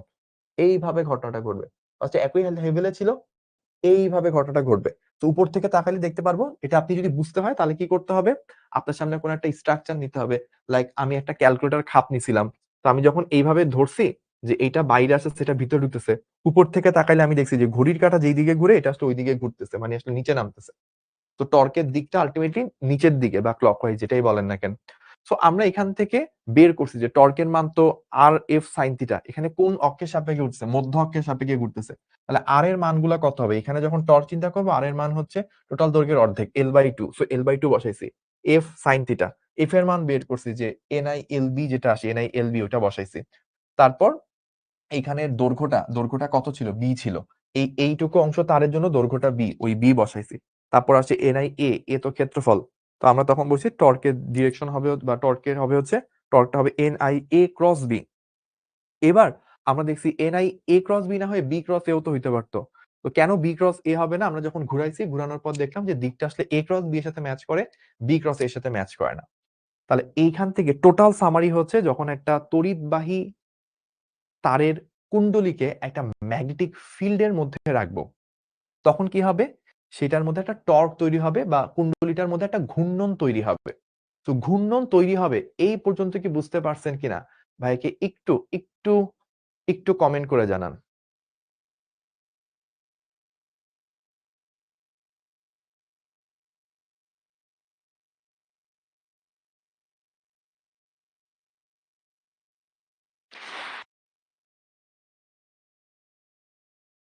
এখানে একটা বি মিস গেছিল।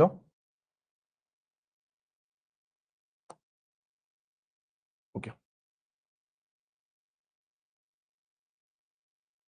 Clear clear clear clear. ওকে ওকে ওকে, ঠিক আছে। আপনাদের কমেন্ট কমেন্ট পেলে কিছু উপকার হয়, যেমন এই যে আমি এই জিনিসটা স্কিপ করছিলাম, বিটা, এই বি তো এখানে না, সরি, বি তো ভিতরে। এই যে কমেন্ট দেখে আবার কিছু সময় টুইয়াও হয়ে যায়। এখানে বি আছে, ঠিক আছে, এটা আমি লিখতে ভুলে গেছিলাম। এখানে ঠিক আছে, ওকে, সমস্যা নেই। ডান ডান। ওকে, সো আমরা এইটুকু যদি হয়ে থাকে, অনেকের দুই একটা কোশ্চেন ছিল, হ্যাঁ, কোশ্চেনটা আমি একটু অ্যান্সার দিচ্ছি। আপনাদের কোশ্চেনগুলো আমি দেখছি। একটা কোশ্চেন ছিল এরকম, আমি যদি একটু ক্লিয়ার করি, যে ভাইয়া এখানে যখন টর্ক বলেন, টর্ক তো আর এফ সাইন থিটা। সো তখন তো ভাইয়া একটা যদি সাইন থিটা আসে, তারপর ভাইয়া যখন এফ বের করবেন, এফ তো হচ্ছে ভাইয়া আবার NI/LB সাইন থিটা, তাহলে ভাইয়া সাইন থিটা ডাবল হয়ে স্কোয়ার হয়ে যাওয়ার কথা না? অ্যান্সার হচ্ছে না ভাই, স্কোয়ার হবে না, একটাই থাকবে।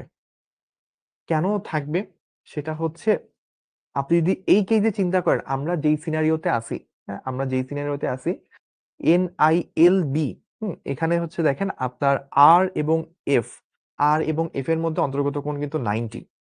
আর যখন আপনি এল আর বি করবেন, তখন হচ্ছে 90।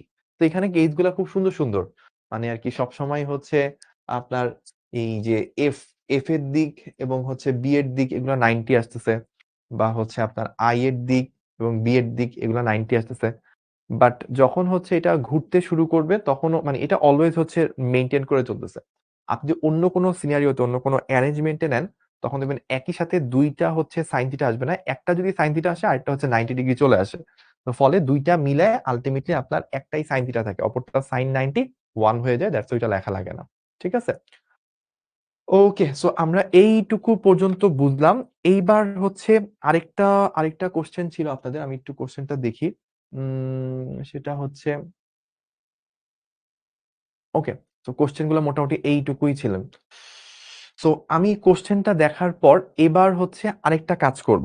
দেখেন, এই লাইনটা বুঝেন কিনা। আমরা দেখলাম যে ভাইয়া একটা এরকম তারের কারেন্টের তারের কুণ্ডলীকে যখন আমরা একটা ম্যাগনেটিক ফিল্ডের মধ্যে রেখে দিলাম, তখন ও কি হলো, ঘুরতে শুরু করলো, তাই না? এখন চিন্তা করেন তো, এই তারের কুণ্ডলীটা লাইক আমার সামনে আছে, আমার সামনে এই যে তারের কুণ্ডলীটা আছে, সো এইটা একটা ম্যাগনেটিক ফিল্ডের মধ্যে রাখা, এবং এইটার মধ্যে দিয়ে কারেন্ট ফ্লো করতেছে। ফলে আমি দেখলাম কি, এই অংশটা সামনে আসে, এটা ভিতরে যায়, ফলে এমনি এমনি ঘোরা শুরু করছে। তাহলে ভাইয়া চিন্তা করেন তো, আমি যদি এই তার কুণ্ডলীর উপরে কোনো একটা দণ্ড রেখে দিই, তাহলে কি হবে? এই জিনিসটা যখন ঘুরতে শুরু করবে, তার সাথে সাথে এই দণ্ডটাও রোটেট করতে শুরু করবে।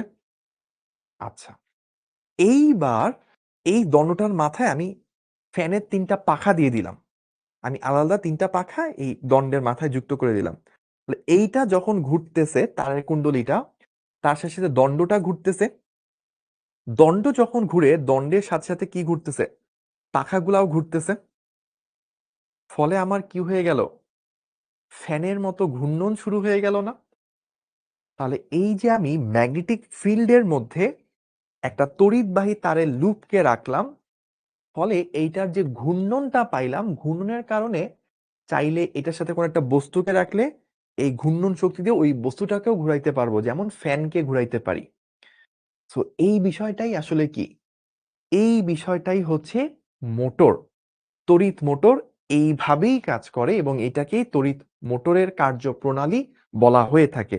যে একটা তড়িৎবাহী তারের কুণ্ডলী, এটাকে একটা ম্যাগনেটিক ফিল্ডের মধ্যে রাখলাম, এটার মধ্যে কারেন্ট গেলে এটা এরকম ঘুরতে শুরু করে।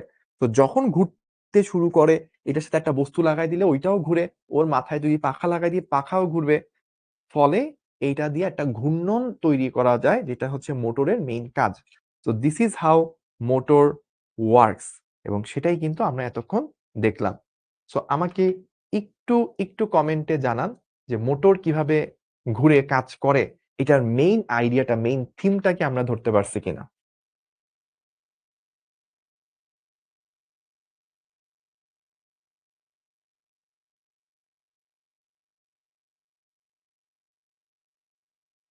ওকে, ওকে, clear, clear, clear, clear. Okay, ডান, ডান, ডান।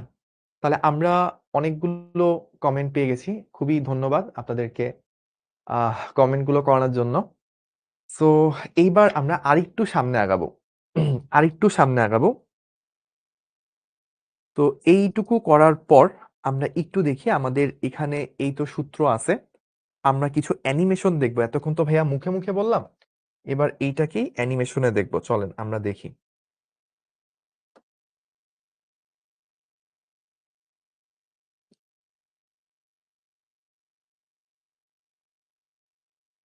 এই কি হলো?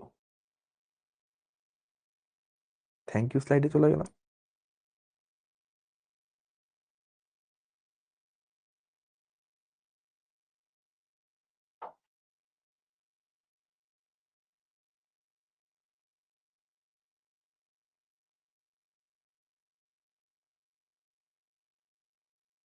ওকে, সো আমরা এখন একটা অ্যানিমেশন দেখতেছি।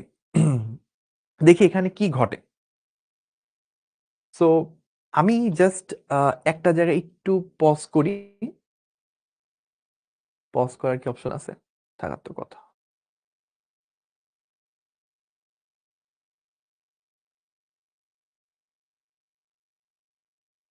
Okay.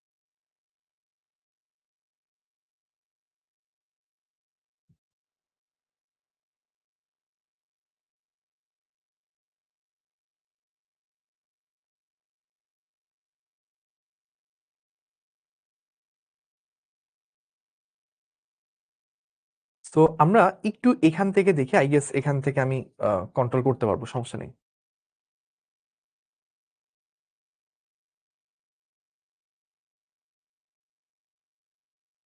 এখান থেকে করা যাচ্ছে।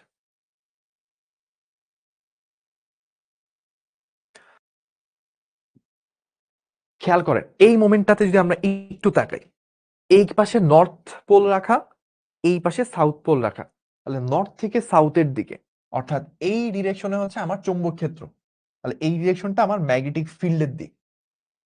আমি একটা কারেন্টের তার নিছি, এই যে কারেন্টের তার এখান থেকে শুরু হয়ে এইভাবে একটা লুপ করে এখানে আসছে। তো এইখানে একটা ব্যাটারি রাখছি। কি রাখছি ভাই? এখানে একটা ব্যাটারি। তাহলে ব্যাটারির প্লাস প্রান্ত থেকে কারেন্ট বের হয়ে কারেন্টটা দেখেন যে এই ডিরেকশনে যাচ্ছে, এই দিকে কারেন্টটা ঢুকতেছে। আচ্ছা, এখন তাহলে খেয়াল করেন কি ঘটবে। এখানে আপনার ম্যাগনেটিক ফিল্ডটা হচ্ছে এই ডিরেকশনে, মানে আমার দিকে, নর্থ থেকে সাউথের দিকে। কারেন্টটা যাচ্ছে কোন দিকে? ভিতরের দিকে, এই যে এই পাশে। এই পাশে চিন্তা করতেছি কি হচ্ছে। তাহলে আমার N I L cross B, তাহলে এল ক্রস বি করলে কোন দিকে আসে? উপরের দিকে। তাহলে এই তারটা উপরে যাওয়ার কথা, দেখেন যে লাল কালার দেওয়াই আছে, এটা উপরে ধাক্কা খাচ্ছে। ওই অংশটা চিন্তা করেন, ওইখানে তো কারেন্টটা এইভাবে যে ঘুরে বের হচ্ছে। তাহলে এখানে চুম্বক ক্ষেত্রটা একই দিকে আছে কিন্তু কারেন্টটা বাইরের দিকে। তো চুম্বক ক্ষেত্রটা আমার দিকে, কারেন্টটা হচ্ছে বাইরে, মানে স্ক্রিনকে ভেদ করে বের হচ্ছে। তাহলে এবার যদি আমি এল ক্রস বি করি, এল ক্রস বি করি, তাহলে এটা কোন দিকে ধাক্কা খাচ্ছে? নিচের দিকে, বুড়ো আঙুল নিচের দিকে। তাহলে এই অংশটা নিচে যাওয়ার কথা, দেখেন এটা নিচের দিকে তার। খেয়াল করেন, আমি যদি অন করি, এক্স্যাক্টলি এটাই দেখেন, এইটা এই পাশ উপরে উঠতেছে, অলওয়েজ এই পাশ উপরে ওঠে, আর এই পাশ কি হয়? অলওয়েজ এই পাশ নামে, অলওয়েজ এই পাশ নামে। তাহলে এইভাবে এটা যখন ঘুরতে শুরু করবে, দেখেন এটার পাশে কি করছে? একটা এরকম স্লিপ রিং লাগায় রাখছে। তাহলে এইভাবে যখন স্লিপ রিং এটার ওই প্রান্তে যদি আমি কোনো একটা দণ্ড বা কিছু একটা লাগায় রাখি, তাহলে এইটা যখন ঘুরবে এটার সাথে সাথে দণ্ডকে ঘুরাবে। দণ্ডর প্রান্তে যদি আমি পাখা লাগায় রাখি তাহলে ফ্যানও ঘুরবে। তো এইভাবে আসলে বেসিক্যালি ফ্যান জিনিসটা ওয়ার্ক করে। এবার আমি পরের অংশটাতে একটু যাই, দেখি পরের অংশে, পরের স্লাইডে কি আছে। ও, কই চলে গেলাম?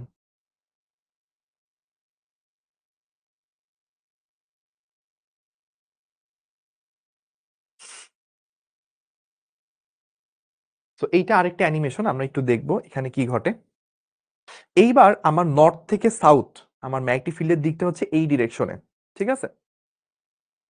আমার কারেন্টটা হচ্ছে এই দিকে প্লাস, তাহলে এই দিক থেকে যে কারেন্টটা হচ্ছে এই দিকে যাবে। তো আমি একটু যদি কোনো একটা নির্দিষ্ট পয়েন্টে কাজ করি তাহলে আপনার জন্য বোঝাটা ইজি হবে। এই যে এইরকম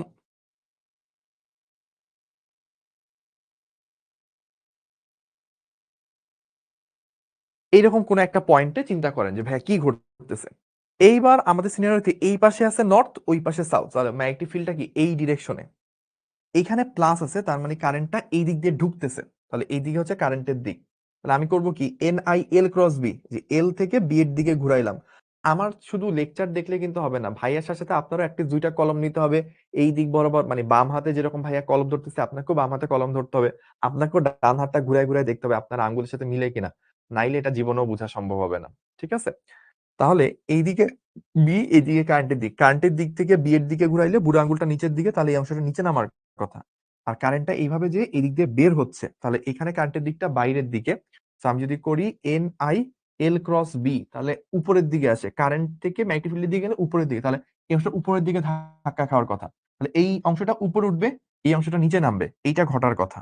দেখেন এক্স্যাক্টলি এটা নিচে নামতেছে। এই যে এই পাশটা নিচে নামার কথা, দেখেন নিচে নামতেছে, আর এই পাশটা উপরে উঠতেছে। এটাই কিন্তু ঘটে। সো এবার একটু ভাইয়াকে কমেন্ট করে জানান যে ভাই অ্যানিমেশনটা ক্লিয়ার কিনা, অ্যানিমেশনটা বুঝতে পারছি কিনা।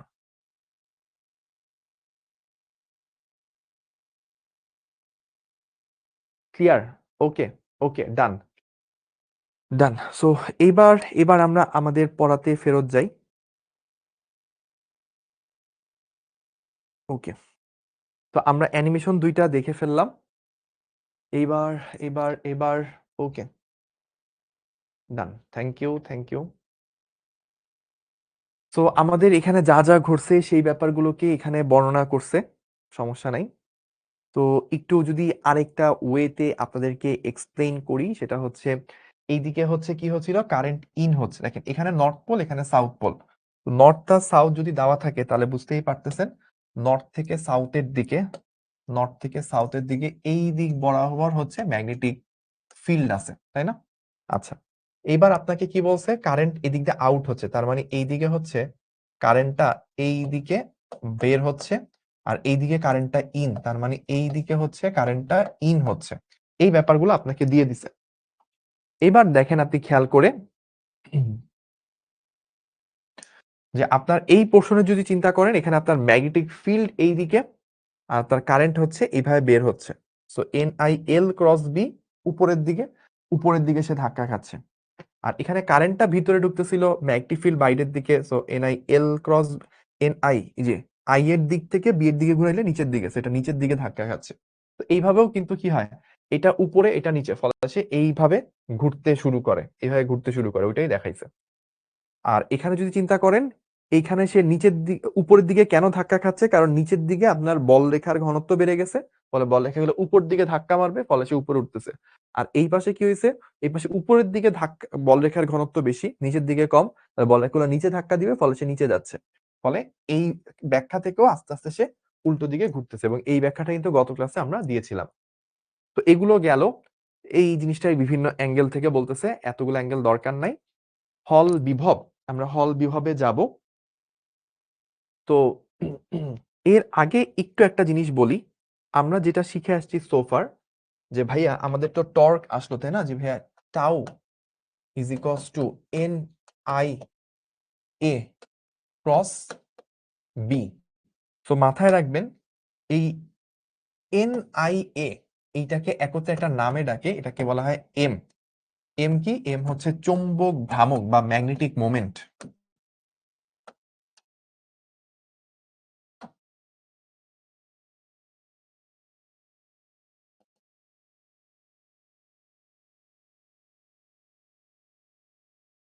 সো এইখানে তাহলে আলটিমেটলি আমরা রেজাল্টটা কি পাইলাম, তাহলে টাউকে আমরা বলতে পারি এম ক্রস বি। এভাবেও কিন্তু আমরা টর্কটাকে বলতে পারি। ওকে, তো জাস্ট এইটাকে এন আই এ, এটাকে চৌম্বক ভ্রামক বলা হয়, এটার দিকে এরিয়া ভেক্টরের দিকে। আচ্ছা, তাহলে আমরা সোফার এইটুকু পর্যন্ত বুঝতে পেরেছি। আপনারা কি এইটুকু সবাই ক্লিয়ার? ভাইয়া কি একটু জানায়েন। তো এখন আমরা আর কমেন্ট নিব না, আমরা একেবারে পরের পোর্শনটাতে চলে যাব। পরের পোর্শনটা আমরা একটু দেখি যে এখানে কি ঘটতেছে, অথবা আমার মতে হল বিভব আমরা আজকে না দেখে আমরা আজকে কিছু প্রবলেম সলভ করি, কিছু এক্সেপশনাল প্রবলেম দিয়ে আপনাদেরকে শেষ করে। ও আপনাদের তো ক্লাসের সময় আছে এখনো তো 24, তার মানে 20 মিনিট 25 মিনিট আছে না, আর 8:30 তো ক্লাস শেষ না, তাহলে আমরা দেখতে পারবো। আমরা আজকে হল বিভব দেখব। হল বিভব থেকে আমরা কিছু জিনিস বোঝার চেষ্টা করব, যে হল বিভব জিনিসটা কি, কিভাবে কাজ করে, বা এটার স্পেশালিটি কি। তো তার আগে আমরা যা যা কিছু করলাম, এই জিনিসগুলো তো একটু আমরা ওভারভিউ করে নিই 1-2 মিনিটে। সো ফার আমরা যা যা শিখছি। সো আমরা প্রথমে দেখছিলাম যে দুইটা সমান্তরাল সরল পরিবাহী অসীম দৈর্ঘ্যের, তারা যখন একই দিকে যায় তারা পরস্পরকে আকর্ষণ করে, প্রতি একক দৈর্ঘ্যে আকর্ষণ বলের মানটা বের করছিলাম, এবং সেই মানটা আমরা দেখছি 1 অ্যাম্পিয়ার হবে, কারেন্টের ভ্যালুটা 1 অ্যাম্পিয়ার হবে যদি a equals to 1 ampere, F by এলটা 2 × 10⁻⁷ নিউটন হয়, কারেন্টগুলো সমান হয়, তখন ওই কারেন্টটাকে 1 অ্যাম্পিয়ার বলে। ওইখান থেকে 1 অ্যাম্পিয়ারের ডেফিনিশন আনছিলাম। সো এটা একটু লিখে দিই, এখান থেকে এখান থেকে 1 অ্যাম্পিয়ার এর ডেফিনিশন আসে বা পাওয়া যায়। সো আমরা এরপর দেখছিলাম যে অপোজিট ডিরেকশনে হইলে যে বিকর্ষণ করে, এটা আমরা দেখলাম। তারপর এগুলাকে বিভিন্ন চিত্র আকারে দেখানো হয়েছিল, 1 অ্যাম্পিয়ারের সংজ্ঞা বলা হয়েছিল, তারপর আকর্ষণ কখন হয়, বিকর্ষণ কখন হয়, এগুলো বলানো হয়েছিল। তো আকর্ষণ বিকর্ষণ গুলাকে বিভিন্ন চিত্রের মাধ্যমে ব্যাখ্যা করছে। এরপর আমরা দেখছিলাম যখন একটা কারেন্টের তারের লুপ সেটাকে একটা ম্যাগনেটিক ফিল্ডে রাখে, তখন সেটা ঘুরতে শুরু করে। টর্ক দুইটা যোগ করছিলাম কেন, অনেকের কোশ্চেন ছিল, বিকজ দুইটা টর্কের দিক একই দিকে, দুইটা টর্কই উপর থেকে তাকাইলে ক্লকওয়াইজ দিকে ঘোরায়, দুইটা ভেক্টর সেম ডিরেকশন হয়, তাদের যোগফলই হয় তাদের লব্ধি। যেমন পি আর কিউ অন্তর্গত, পি ও কিউ দুইটা ভেক্টরের অন্তর্গত কোণ যদি 0 ডিগ্রি হয়, তাহলে লব্ধি আর কি হবে, পি প্লাস কিউ। এখানেও ওই পি প্লাস কিউ জায়গায় টাউ 1 প্লাস টাউ 2 হয়েছে। তারপর আমরা দেখলাম যে ঘুরতেছে, যে ঘোরার দিকটা এ ক্রস বি কেন হইলো, বি ক্রস এ কেন হইলো না, সেটার ব্যাখ্যা দিলাম। তারপর আমরা দেখলাম কি, যে এখানে টর্কের যে ইকুয়েশনটা, সেটা একটা অ্যানিমেশন, আরেকটা অ্যানিমেশন দেখলাম, এই ব্যাপারগুলো করলাম। করার পর তারপর আমরা ফাইনালি যেটা করলাম সেটা হচ্ছে প্রবাহী লুপের উপচৌম্বকীয় যে টর্ক, এই অ্যানিমেশন বা ব্যাখ্যাগুলো দেখলাম। এখন আমরা ফাইনালি হচ্ছে হল বিভব কি, হল বিভব হচ্ছে বড় টপিক, যদিও আমরা দ্রুত দেখার চেষ্টা করবো, ইনশাল্লাহ, সমস্যা নেই। সো হল বিভবটা আমরা শুরু করে দিচ্ছি, বিসমিল্লাহ। সো হল বিভবটা কিরকম একটু বলি, এটা হচ্ছে এডুইন হল। এডুইন হল আবিষ্কার করছিল, এই সায়েন্টিস্ট এটা আবিষ্কার করে, এবং এটা খুব সায়েন্সের মধ্যে খুব বড় এবং স্ট্রং একটা ডিসকভারি ছিল। তো আবিষ্কারটা এরকম, ধরেন এইটা হচ্ছে একটা পরিবাহী,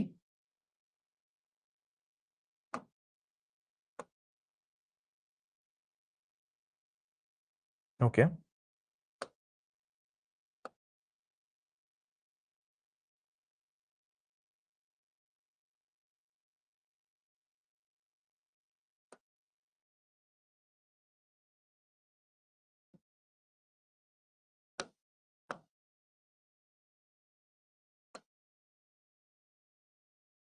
আচ্ছা। সো আমি বললাম এইটা একটা পরিবাহী, এই পরিবাহীর মধ্যে দিয়ে এইভাবে কারেন্ট যাচ্ছিল, যে এইভাবে কারেন্টটা বের হচ্ছে, ঠিক আছে। সো আমরা এখানে দেখব যে যদি এই জায়গায় একটা ম্যাগনেটিক ফিল্ড কাজ করে, যদি এই জায়গায় একটা ম্যাগনেটিক ফিল্ড কাজ করে, আমি বলে দিলাম যে ভাইয়া এই বরাবর একটা ম্যাগনেটিক ফিল্ড কাজ করতেছে, এই বরাবর একটা ম্যাগনেটিক ফিল্ড কাজ করতেছে, ম্যাগনেটিক ফিল্ডটাকে আমি বি নাম দিলাম, ম্যাগনেটিক ফিল্ডটাকে আমি বি নাম দিলাম। তাহলে দেখব এখানে উপরের প্রান্ত আর নিচের প্রান্ত তাদের মাঝে একটা ভোল্টেজ তৈরি হয়ে যাবে, ওই ভোল্টেজটাকে আমরা বলি হল বিভব বা হল ভোল্টেজ। এখন একটু চিন্তা করেন, এদিক থেকে কারেন্ট আসতেছে, এটা দুইটা ওয়েতে পসিবল। একটা ওয়েতে হইতে পারে পজিটিভ চার্জগুলো এক্স্যাক্টলি এই দিকেই মুভ করতেছে, this is one possible scenario, and another possible scenario can be negative charge like electrons are coming from opposite direction. So উল্টো দিক থেকে যদি ইলেকট্রন গুলো বা নেগেটিভ চার্জ আসে তাহলেও কিন্তু এই ডিরেকশনে কারেন্ট হওয়া পসিবল। সো আমরা প্রথমটা চিন্তা করি, আমরা ধরে নিই যে ভাইয়া প্লাস চার্জের কারণে কারেন্ট যাচ্ছে, এবং সেটা যদি আমি কল্পনা করিনি তাহলে আসলে কি হবে, ধরেন একটা প্লাস চার্জ দিয়ে শুরু করি, বললাম প্লাস কিউ, সেই চার্জটা এই দিকে ভি বেগে যাচ্ছে, ভি হচ্ছে তার ড্রিফট বেগ বা ড্রিফট ভেলোসিটি বা তাড়ন বেগ, তাহলে চার্জ যখন এই দিকে যাবে এইদিকে কারেন্ট তৈরি হয়েছে, ওকে। এখন দেখেন এখানে একটা ম্যাগনেটিক ফিল্ড আছে, আমার কারেন্ট যাওয়ার অর্থ এর মধ্যে দিয়ে প্লাস কিউ চার্জ সামনে মুভ করা, তাহলে ম্যাগনেটিক ফিল্ডের মধ্যে যখন চার্জ মুভ করে তখন আমরা কি জানি, এই চার্জের উপর একটা বল প্রযুক্ত হয় যাকে চৌম্বক বল বলা হয়। তাহলে এই চৌম্বক বল সেইটা কোন দিকে হয় আমরা একটু খেয়াল করি, এবং আপাতত নিশ্চয়ই আমরা বুঝে গেছি যে ভাইয়া আমার সূত্র কি, সূত্র হচ্ছে এফ, এফ কি হয়, কিউ ভি ক্রস বি, এটা তো আমরা জানি, সেকেন্ড ক্লাসেই দেখছিলাম। সো এইটা হচ্ছে ভি এর ডিরেকশন, আর বি এর ডিরেকশনটা কোন দিকে, তলকে ভেদ করে ভিতরের দিকে। আমরা যদি ভি ক্রস বি করি, দেখেন ভি এর দিক থেকে আমি যদি বি এর দিকে ঘুরাই, বুড়ো আঙ্গুলটা থামটা আমার উপরের দিকে আসে, তার মানে এই চার্জ গুলা উপরের দিকে ধাক্কা খাবে, ধাক্কা খেয়ে খেয়ে কি ঘটনা ঘটবে, প্লাস চার্জ গুলো ধাক্কা খেয়ে খেয়ে উপরে জমা হইতে শুরু করবে, প্লাস চার্জ গুলো উপরে জমা হইতে শুরু করবে। তাহলে এই দিক দিয়ে যে চার্জ গুলো আসতেছিল, কারেন্ট যাচ্ছে মানে প্লাস কিউ চার্জ আসছে, তারা যদি আস্তে আস্তে ধাক্কা খেয়ে উপরের দিকে উঠতে থাকে, তাহলে এইখানে প্লাস চার্জের ঘাটতির কারণে নিচে আসলে কি তৈরি হবে, মাইনাস মাইনাস মাইনাস এরকম তৈরি হবে। ফলে যত সময় যেতে থাকবে, যত বেশি সময় ধরে কারেন্ট যেতে থাকবে, উপরে পজিটিভ চার্জের লেয়ার আর নিচে নেগেটিভ চার্জের লেয়ার তৈরি হইতে থাকবে। ফলে একটু সময় পর যে এই পাতটা পুরা পজিটিভলি চার্জ, এই পাতটা পুরা নেগেটিভলি চার্জ। এখন আমরা আবার একটা জিনিস জানি যে প্লাস চার্জ থেকে মাইনাস চার্জের দিকে কি তৈরি হয়, ইলেকট্রিক ফিল্ড তৈরি হয় বা তড়িৎ ক্ষেত্র তৈরি হয়। তার অর্থ এখানে অলরেডি কাহিনী ঘটে গেছে, সেটা হচ্ছে এইখানে কিন্তু অলরেডি নিচের দিকে একটা তড়িৎ ক্ষেত্র, নিচের দিকে একটা তড়িৎ ক্ষেত্র তৈরি হয়ে গেছে। সো এই তড়িৎ ক্ষেত্রটাকে আমি নিচের দিকে মার্ক করতেছি, এখানে একটা ইলেকট্রিক ফিল্ড তৈরি হয়ে গেছে।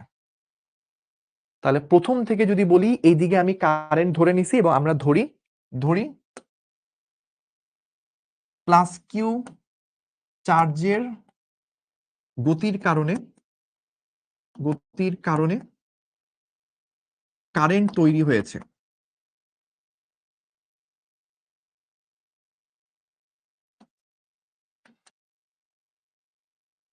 তো সেইটা যদি ধরে নিই প্লাস কিউ চার্জটা সামনের দিকে যাচ্ছে, তো ও বেগের দিকটা এইদিকে, ম্যাগনেটিক ফিল্ড ভিতরের দিকে, ভি ক্রস বি যখন আমি ডান হাত দিয়ে করছি উপরের দিকে পাইছি, উপরের দিকে প্লাস চার্জ গুলো জমা হইতে থাকবে, নিচে প্লাস চার্জের ঘাটতি মাইনাস চার্জ তৈরি হইতে থাকবে। ফলে উপরে আর নিচে, বা আপনি এভাবে বলতে পারেন একটা পাশ যদি প্লাস হয় তাহলে সেইটার ইয়ার কারণে, আবেশের কারণে অপর পাতটা মাইনাস চার্জে চার্জিত হয়ে যায়। দুইটা কথাই বলতে পারেন। সো তাহলে এইটা পজিটিভ লেয়ার, এটা নেগেটিভ লেয়ার। তাহলে পজিটিভ লেয়ার থেকে নেগেটিভ লেয়ারের মাঝে একটা ইলেকট্রিক ফিল্ড তৈরি হবে। ইলেকট্রিক ফিল্ডের বৈশিষ্ট্য কি হবে? ইলেকট্রিক ফিল্ডের বৈশিষ্ট্য সে প্লাস চার্জকে ইলেকট্রিক ফিল্ডের দিকে ধাক্কা মারে। তাহলে এখানে ঘটনা কি ঘটতেছে? ঘটনাটা হচ্ছে এই যে প্লাস কিউ চার্জ, এই চার্জটাকে চৌম্বক ক্ষেত্র ধাক্কা মারতেছে উপরের দিকে। চৌম্বক ক্ষেত্র যে ম্যাগনেটিক ফোর্স দিবে সেই ম্যাগনেটিক ফোর্সটা হচ্ছে উপরের দিকে। আর তড়িৎ ক্ষেত্র যেটা নিচের দিকে তৈরি হয়েছে সেটা ওকে নিচের দিকে ধাক্কা মারবে। সো এইটা হচ্ছে ইলেকট্রিক ফোর্স। ইলেকট্রিক ফোর্সটা সে নিচের দিকে পাবে। সো যত সময় বাড়তে থাকবে তত আস্তে আস্তে উপরের দিকে প্লাস চার্জ, নিচের দিকে মাইনাস চার্জের পরিমাণ বাড়তে বাড়তে ইলেকট্রিক ফিল্ডটা শক্তিশালী হবে। সো এফ ই, ইলেকট্রিক ফিল্ডের বল কত? F equals to Q E. যত সময় যাবে এই ই এর ভ্যালুটা যত বাড়বে তত হচ্ছে আপনার ইলেকট্রিক ফোর্সটা বাড়তে থাকবে। বাড়তে বাড়তে এমন একটা সময় আসবে যখন ম্যাগনেটিক ফোর্স এবং ইলেকট্রিক ফোর্স সমান হয়ে যাবে। তখন লব্ধি বল শূন্য, তখন চার্জগুলোর উপরেও যাবে না নিচেও যাবে না, তখন চার্জগুলোর পরিমাণ উপরের পাতে এবং নিচের পাতে ফিক্স হয়ে যাবে। তার মানে মাঝখানে যে ইলেকট্রিক ফিল্ড তৈরি হলো সেটা কতটুকু মান হবে তা তো নির্ভর করে পাতগুলোর মধ্যে চার্জের পরিমাণের উপর। তো পাতগুলোর মধ্যে চার্জের পরিমাণ ফিক্স হয়ে যাওয়ার অর্থ হচ্ছে এখানে ইলেকট্রিক ফিল্ডটা ফিক্স হয়ে যাওয়া, ওইটার মানটা নির্দিষ্ট হয়ে যাওয়া। তাহলে ওই অবস্থায় আমার চার্জগুলো আর উপরে নিচে না যেয়ে সোজা চলে যাওয়া শুরু করবে। বাট ততক্ষণে একটা কাহিনী ঘটে গেছে, উপরের লেয়ারটা পজিটিভ এবং নিচের লেয়ারটা নেগেটিভ হয়ে আছে। সো এই মোমেন্টে, যদি আমি একটা কাজ করি, সেই কাজটা কি? সেই কাজটা হচ্ছে এই মোমেন্টে যদি আমি এইখান থেকে একটা তার বের করে আনি এবং এইখান থেকে আরেকটা তার বের করে আনি এবং দুইটা তারকে আমি যদি একটা ভোল্ট মিটার দিয়ে কানেক্ট করে দিই, দুইটা তারকে যদি আমি একটা ভোল্ট মিটার দিয়ে কানেক্ট করে দিই, ভোল্ট মিটার দিয়ে কানেক্ট করলাম, এটা কি? এটা হচ্ছে ভোল্ট মিটার।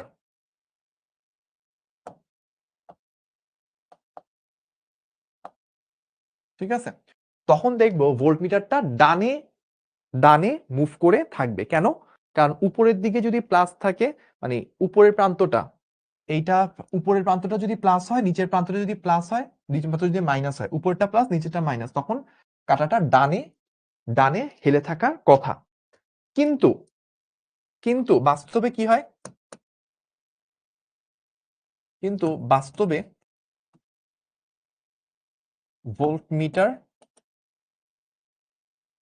ভোল্টমিটার এর বিক্ষেপ এর অবস্থা, তো আমরা যেরকম ভাবতেছিলাম ওই রকম থাকবে, বাস্তবে ওই রকম পাওয়া যায় না। বাস্তবে আমরা যখন কাজ করতে যাই তখন দেখা যায় এই রকম হয়। ভোল্ট মিটারটা এই দিকে ডিরেকশন দিয়ে রাখছে। সো আমরা যেটা চিন্তা করতেছিলাম যে ভাইয়া এখানে কারেন্ট এই দিকে যাচ্ছে, কারেন্ট এই দিকে যাওয়া দুইটা ভাবে পসিবল, প্লাস কিউ চার্জ সামনে দৌড়াচ্ছে এটার জন্য পসিবল, অথবা মাইনাস কিউ চার্জ উল্টো দিকে আছে সেটার জন্য পসিবল। তো প্লাস কিউ চার্জ যদি এই দিকে যায় তাহলে উপরে যে ম্যাগনেটিক ফোর্স রয়েছে সেই কারণে বিভিন্ন কিছু ঘটনা ঘটবে, ফলে আলটিমেটলি উপরে প্লাস নিচে মাইনাস, মানে উপরে পজিটিভ ভোল্টেজ নিচে নেগেটিভ ভোল্টেজ। এরকম যদি হয় তাহলে ভোল্ট মিটারটা ডানে মুভ করে থাকার কথা, কিন্তু দেখলাম ভোল্ট মিটারটা বামে মুভ করে আছে। তখন এইটার কারণে 1879 সালে 1879 for the very first time any scientist on the surface of earth, he has for the first time said that না, কারেন্ট আসলে প্লাস চার্জের মুভমেন্টের কারণে হয় না, কারেন্ট আসলে নেগেটিভ চার্জের মুভমেন্টের কারণে হয়। কারণ যদি কারেন্টটা প্লাস চার্জের মুভমেন্টের কারণে হইতো তাহলে ভোল্টমিটারটা ডানে মুভ করে থাকার কথা, কিন্তু আমি এক্সপেরিমেন্ট করে দেখাইছি ভোল্টমিটার ডানে মুভ করে না, ভোল্টমিটার বামে মুভ করে। তার মানে আমি এডুইন হল 1879 for the first time in the world এই জিনিসটা ডিক্লেয়ার করে গেছি যে কখনই প্লাস চার্জ মুভ করে না, মাইনাস চার্জ মুভ করে। সো উনি যখন এই জিনিসটা বললো তখন সায়েন্টিস্টরা বললো ঠিক আছে আপনি যে বলতেছেন আপনি এটা প্রুফ করে দেখান, আপনি তো মুখে বললে হবে না, আপনি এটা প্রুফ করে দেখান। পরে সে বলল ওকে নো প্রবলেম, আমি তাহলে প্রুফ করে দেখাবো। সো তখন সে যেটা করলো সেটা বোঝার জন্য আপনাদেরকে গল্পের শেষ পর্যন্ত থাকতে হবে।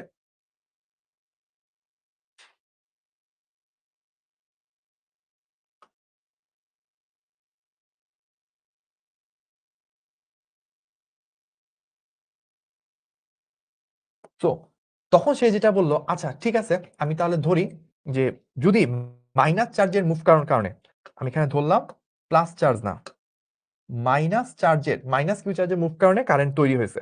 কারেন্টটা কিন্তু একই দিকে ধরছি, আমি এগুলা একটু মুছে দিব, ভোল্ট মিটারের এই সেই ব্যাপার, এগুলো একটু আমরা পরে দেখব।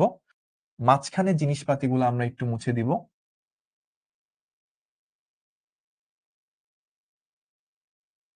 ওকে, আর এই ইলেকট্রিক ফিল্ড এটা মুছে দিব।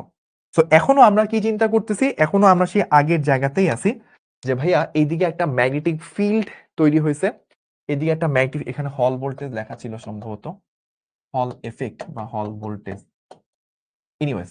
সো আগের মতোই এখানে ম্যাগনেটিক ফিল্ড ভিতরে ঢুকতেছে, কারেন্ট এইদিকে যাচ্ছে, বাট আমরা এবার ধরতেছি মাইনাস কিউ চার্জের গতির কারণে কারেন্ট তৈরি হচ্ছে। সো যদি কারেন্ট এই দিকে যায়, তার মানে মাইনাস চার্জ বা মাইনাস কিউ সেটা আসলে কোন দিকে মুভ করতেছে, এই দিকে মুভ করতেছে, এটা তার বেগের দিক। তাহলে মাইনাস চার্জ যদি এই দিকে মুভ করে, তার অর্থ কারেন্টটা সামনের দিকে যাচ্ছে। তো কারেন্ট সামনে যাওয়া দুই ভাবে পসিবল, একটা হচ্ছে প্লাস চার্জ এই দিকে মুভ করতেছে, ফলে কারেন্ট এই দিকে, এটা হইতে পারে, অথবা মাইনাস চার্জ আমার দিকে আসতেছে, ফলে কারেন্ট এই দিকে যাচ্ছে, এটাও কিন্তু হইতে পারে। আমরা এখন সেকেন্ড কেসটা নিয়ে চিন্তা করতেছি। তো এই কেসে যদি চিন্তা করি, এখন এইটা হচ্ছে আমার ভি এর দিক, এইটা বি এর দিক। সো আমরা জানি F is equals to Q V cross B, তাই না? সো এইটা ভি এর দিক, এইটা বি এর দিক। আমি যদি ভি ক্রস বি করি, ভি ক্রস বি কোন দিকে আসে? নিচের দিকে আসে। কিন্তু ওই যে একটা কথা বলছিলাম, প্লাস চার্জ ধাক্কা খায় কোন দিকে? ভি ক্রস বি এর দিকে। তো মাইনাস চার্জ ধাক্কা খায় কোন দিকে? উপরের দিকে। মানে মাইনাস ভি ক্রস, মানে ভি ক্রস বি করলে আপনি যেই দিকে পাবেন, মাইনাস চার্জ আর উল্টো দিকে ধাক্কা খায়। তাহলে এখানে সে একটা চুম্বক বল লাভ করবে, সেখানে একটা চুম্বক বল লাভ করবে, যে মাইনাস কিউ যেটা, সেটা একটা চুম্বক বল লাভ করবে, এবং এটা বলটা কোন দিকে হবে? সোজা উপরের দিকে হবে। এটা হবে কি? এটা হবে তার এফ এম, ম্যাগনেটিক ফোর্স। ফলে মাইনাস চার্জ গুলো এখানে জমা হইতে থাকবে, এবং এখানে যদি মাইনাস চার্জ জমা হয়, তাহলে আবেশের কারণে কি নিচের দিকে প্লাস চার্জ জমা হইতে থাকবে। ফলে আগের মতো প্লাস মাইনাসের লেয়ার যদি তৈরি হয়ে যায়, তাহলে কি হবে? তাহলে হচ্ছে প্লাস থেকে মাইনাসের দিকে অলওয়েজ ইলেকট্রিক ফিল্ড তৈরি হয়। এখন ইলেকট্রিক ফিল্ডটা তৈরি হবে নিচ থেকে উপরের দিকে, এবং আমরা জানি ইলেকট্রিক ফিল্ড যেদিকে, মাইনাস চার্জ ধাক্কা খায় কোন দিকে? তার অপোজিট দিকে। তাহলে এখানে এই মাইনাস চার্জটা, ইলেকট্রিক ফিল্ড যেটা তৈরি হয়েছে, সেটার জন্য নিচের দিকে একটা এফই, ইলেকট্রিক ফোর্স লাভ করবে, যেটার ভ্যালু হচ্ছে কিউই। সো আগের মতোই এফ এম, এবং এফই সেটা যেরকম দুইটা অপোজিট ডিরেকশনে আসছিল, এখনো কিন্তু অপোজিট ডিরেকশনে আসছে। ফলে কি হবে? এফ এম এর মান তো ফিক্স। এফ এম কত? এফ এম তো এই যে এইটুকু, কিউ ভি ক্রস বি, একটু আগে সেম জিনিস লিখছিলাম, কিউ ভি বি এগুলা সব ফিক্স। সো এফ এম টা চেঞ্জ হচ্ছে না। কিন্তু এফ ই যত আপনার সময় যাবে, তত এদিকে প্লাস এদিকে মাইনাস বাড়তে থাকবে, ইলেকট্রিক ফিল্ডটা বাড়তে বাড়তে একটা সময় ইলেকট্রিক ফোর্স ম্যাগনেটিক ফোর্স সমান হয়ে গেলে, তখন লব্ধি বলটা শূন্য হবে। উপরের দিকে ধাক্কা, নিচের দিকে ধাক্কা সমান হয়ে গেছে, লব্ধি বল শূন্য, চার্জগুলা সোজা চলে যাবে। কিন্তু এই উপরে আর নিচে অলরেডি প্লাস মাইনাসের লেয়ার যদি তৈরি হয়ে যায়, তাহলে কি হবে? তাহলে যে ঘটনাটা ঘটবে সেটাই হচ্ছে স্পেশাল, যে আগের মতোই যে এদিক দিয়ে যেই অংশটা আসতেছিল, এই যে যেই আমরা কানেকশনটা আমরা দিছিলাম, ভোল্ট মিটারটাকে যদি এখন আমরা কানেক্ট করে রাখি, আমরা মনে হয় এই জিনিসটা একটু আগেও বলছিলাম, যে ভাইয়া যদি এই ঘটনাটা ঘটে, এই ঘটনাটা যদি আমার ঘটে, যে উপরের অংশ মাইনাস নিচের অংশ প্লাস, তখন ভোল্ট মিটারটা কোন দিকে মুভ করে থাকে? বাম দিকে মুভ করে থাকে। তো আমরা ওই যে বলতেছিলাম যে ভাইয়া যদি প্লাস চার্জ মুভ করতো, তাহলে আসলে কি উপরের দিকে পজিটিভ লেয়ার আসতো, যেমন একটু আগে যেটা দেখছিলাম, তখন উপরের দিকে পজিটিভ লেয়ার তখন এই দিকে মুভ করে থাকার কথা। কিন্তু অ্যাকচুয়ালি বাস্তবে এটা কোন দিকে মুভ করে থাকে? এই দিকে মুভ করে থাকে। সো তখন আমরা দেখলাম কি, যে যদি মাইনাস চার্জের কারণে কারেন্টটা তৈরি হচ্ছে, সেটা ধরে নিই, তখন মাইনাস চার্জ তো এইদিকে মুভ করবে, ফলে কারেন্টটা এইদিকে তৈরি হবে। ফলে তখন দেখলাম যে আলটিমেটলি তখন আমার ভোল্ট মিটারটা এই ডিরেকশনে থাকার কথা, এবং অ্যাকচুয়ালিও, অ্যাকচুয়াল সিনারিও কি হয়? অ্যাকচুয়াল সিনারিও, অ্যাকচুয়াল সিনারিওতে এক্স্যাক্টলি সেম ঘটনাটাই ঘটে। অর্থাৎ আপনার এই যে ভোল্টমিটার, এই ভোল্টমিটারের মধ্যে আমার এই দিকেই হচ্ছে রিডিংটা উঠে থাকে। তার মানে হচ্ছে কনক্লুশনে আমরা আসতে পারলাম কি? কনক্লুশনে আসতে পারলাম প্লাস কিউ নয়, বরং মাইনাস কিউ এর গতির কারণেই কারেন্ট তৈরি হয়।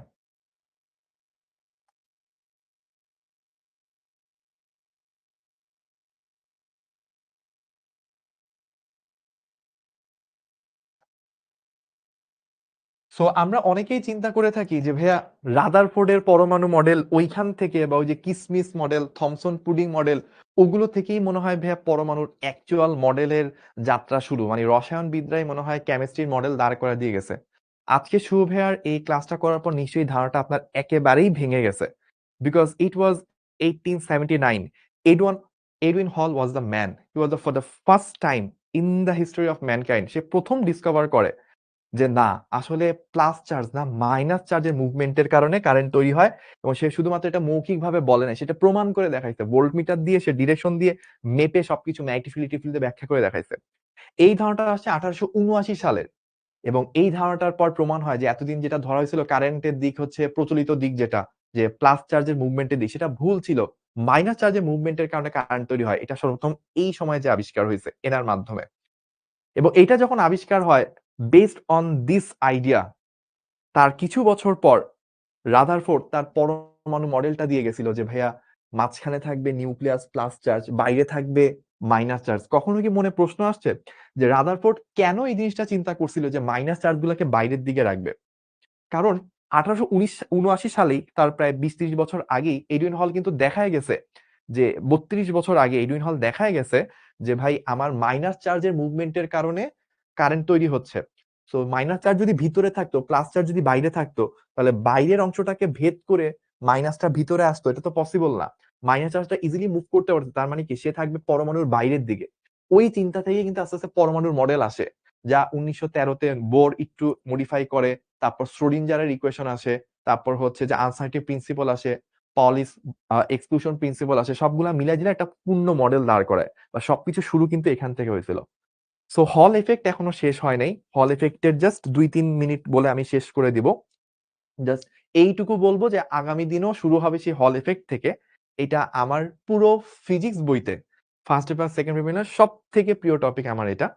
আমরা হল ইফেক্ট রিলেটেড আরো কিছু অ্যানিমেশন নেক্সট ক্লাসে শুরুতে দেখবো। জাস্ট একটা জিনিস একটু বলবো, সেটা হচ্ছে এই যে এই জায়গাটা আমরা কাজ করলাম, এই জায়গাটার কাছ থেকে আমরা আরেকটা জিনিস একটু ভোল্টেজের মানটা বের করে ফেলতে পারবো যে এখানে কতটুকু ভোল্টেজ আসলে তৈরি হয়েছে। সো আমি এই জায়গাগুলো একটু মুছে দিচ্ছি।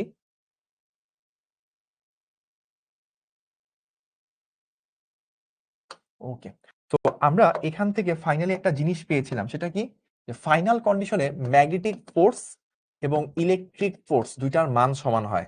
এখন ম্যাগনেটিক ফোর্সের মান কি? Q V sine theta, sine 90 কত 1। আর ইলেকট্রিক ফোর্সের মান কত আসে? কিউ ইন্টু ই। সো উভয় পাশ থেকে কিউ হয়ে যাবে আলভিদা। তাহলে আমরা কি পেয়ে থাকি? আমরা পেয়ে থাকি V B is equals to electric field. এখন আমরা এই জিনিসটা নিশ্চয়ই জানি যে ভাইয়া ইলেকট্রিক ফিল্ডের মান কত হয়। যদি এই দুই প্রান্তের মাঝে ভোল্টেজটা যদি ভি হল হয়, সায়েন্টিস্ট হলের নামে এই ভোল্টেজটাকে হল ভোল্টেজ বলে। সো ই মানে হচ্ছে ভোল্টেজ ডিফারেন্স, এখানে জায়গা অল্প। ই মানে হচ্ছে voltage difference divided by distance. তো এখানে কতটুকু ভোল্টেজ ডিফারেন্স তৈরি হয়েছে এটাকে আমরা ভি হল বলি, আর কতটুকু ডিস্টেন্স সেটাকে আমরা ডি বলি। তো এই দুইটা পাতের মাঝখানে কতটুকু ডিস্টেন্স, এই পাত থেকে শুরু করে এই পাতের মাঝখানে কতটুকু ডিস্টেন্স সেটাকে আমরা ডি ডিস্টেন্স বলতেছি। তো তখন আমরা পেয়ে যাই আলটিমেটলি ভি ই এর জায়গায় পেয়ে যাই ভি হল divided by D. So ultimately আসে হল ভোল্টেজ দুইটা পাতের মাঝখানে কতটুকু ভোল্টেজ তৈরি হয়েছে, এটা হচ্ছে V B into D, V B into D. তো হল ভোল্টেজ যে এরকম একটা কনফিগারেশনে আই কারেন্ট যাচ্ছে, তখন নিচ পাত থেকে উপর পাতের মাঝখানে ডিস্টেন্স ডি। তো উপরে এবং নিচে দুইটা পাতের মাঝখানে কতটুকু ভোল্টেজ তৈরি হয়েছে, এই ভোল্টেজটা যদি ভি হল হয়ে থাকে এটার মান ভি বি ডি। ডি হচ্ছে চার্জ গুলো কত বেগে যাচ্ছিল, তারণ বেগ। বি হচ্ছে এখানে ম্যাগনেটিক ফিল্ডটা কত মানে ম্যাগনেটিক ফিল্ড অ্যাপ্লাই করেছিল। ডি হচ্ছে দুইটা পাতের মধ্যবর্তী distance. So here the topic for today end. আমরা একটু আপনাদের থেকে কমেন্টে জানতে চাবো যে ভাইয়া আমরা এইটুকু পর্যন্ত বুঝতে পারছি কিনা, এবং আমরা শেষ করতে যাচ্ছি খুবই দ্রুত। All clear? Okay, done, all done, all done, all done. Okay, okay. So আপনাদের জন্য একটা ছোট্ট চ্যালেঞ্জ দিয়ে আমি আমার ক্লাসটা শেষ করে দিচ্ছি। চাইলে এটা একটা স্ক্রিনশট নিয়ে রাখতে পারেন, এটা কাজে লাগবে।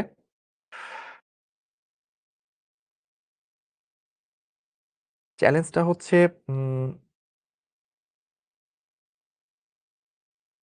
হচ্ছে এইরকম।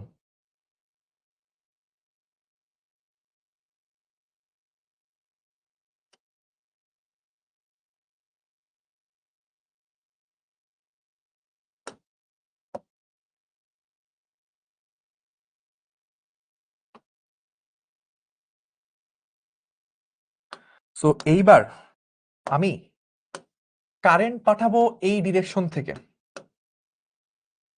কারেন্ট পাঠাবো এই ডিরেকশনে, ঠিক আছে? আমার ম্যাগনেটিক ফিল্ড কাজ করবে এই ডিরেকশনে। এস চ্যালেঞ্জ।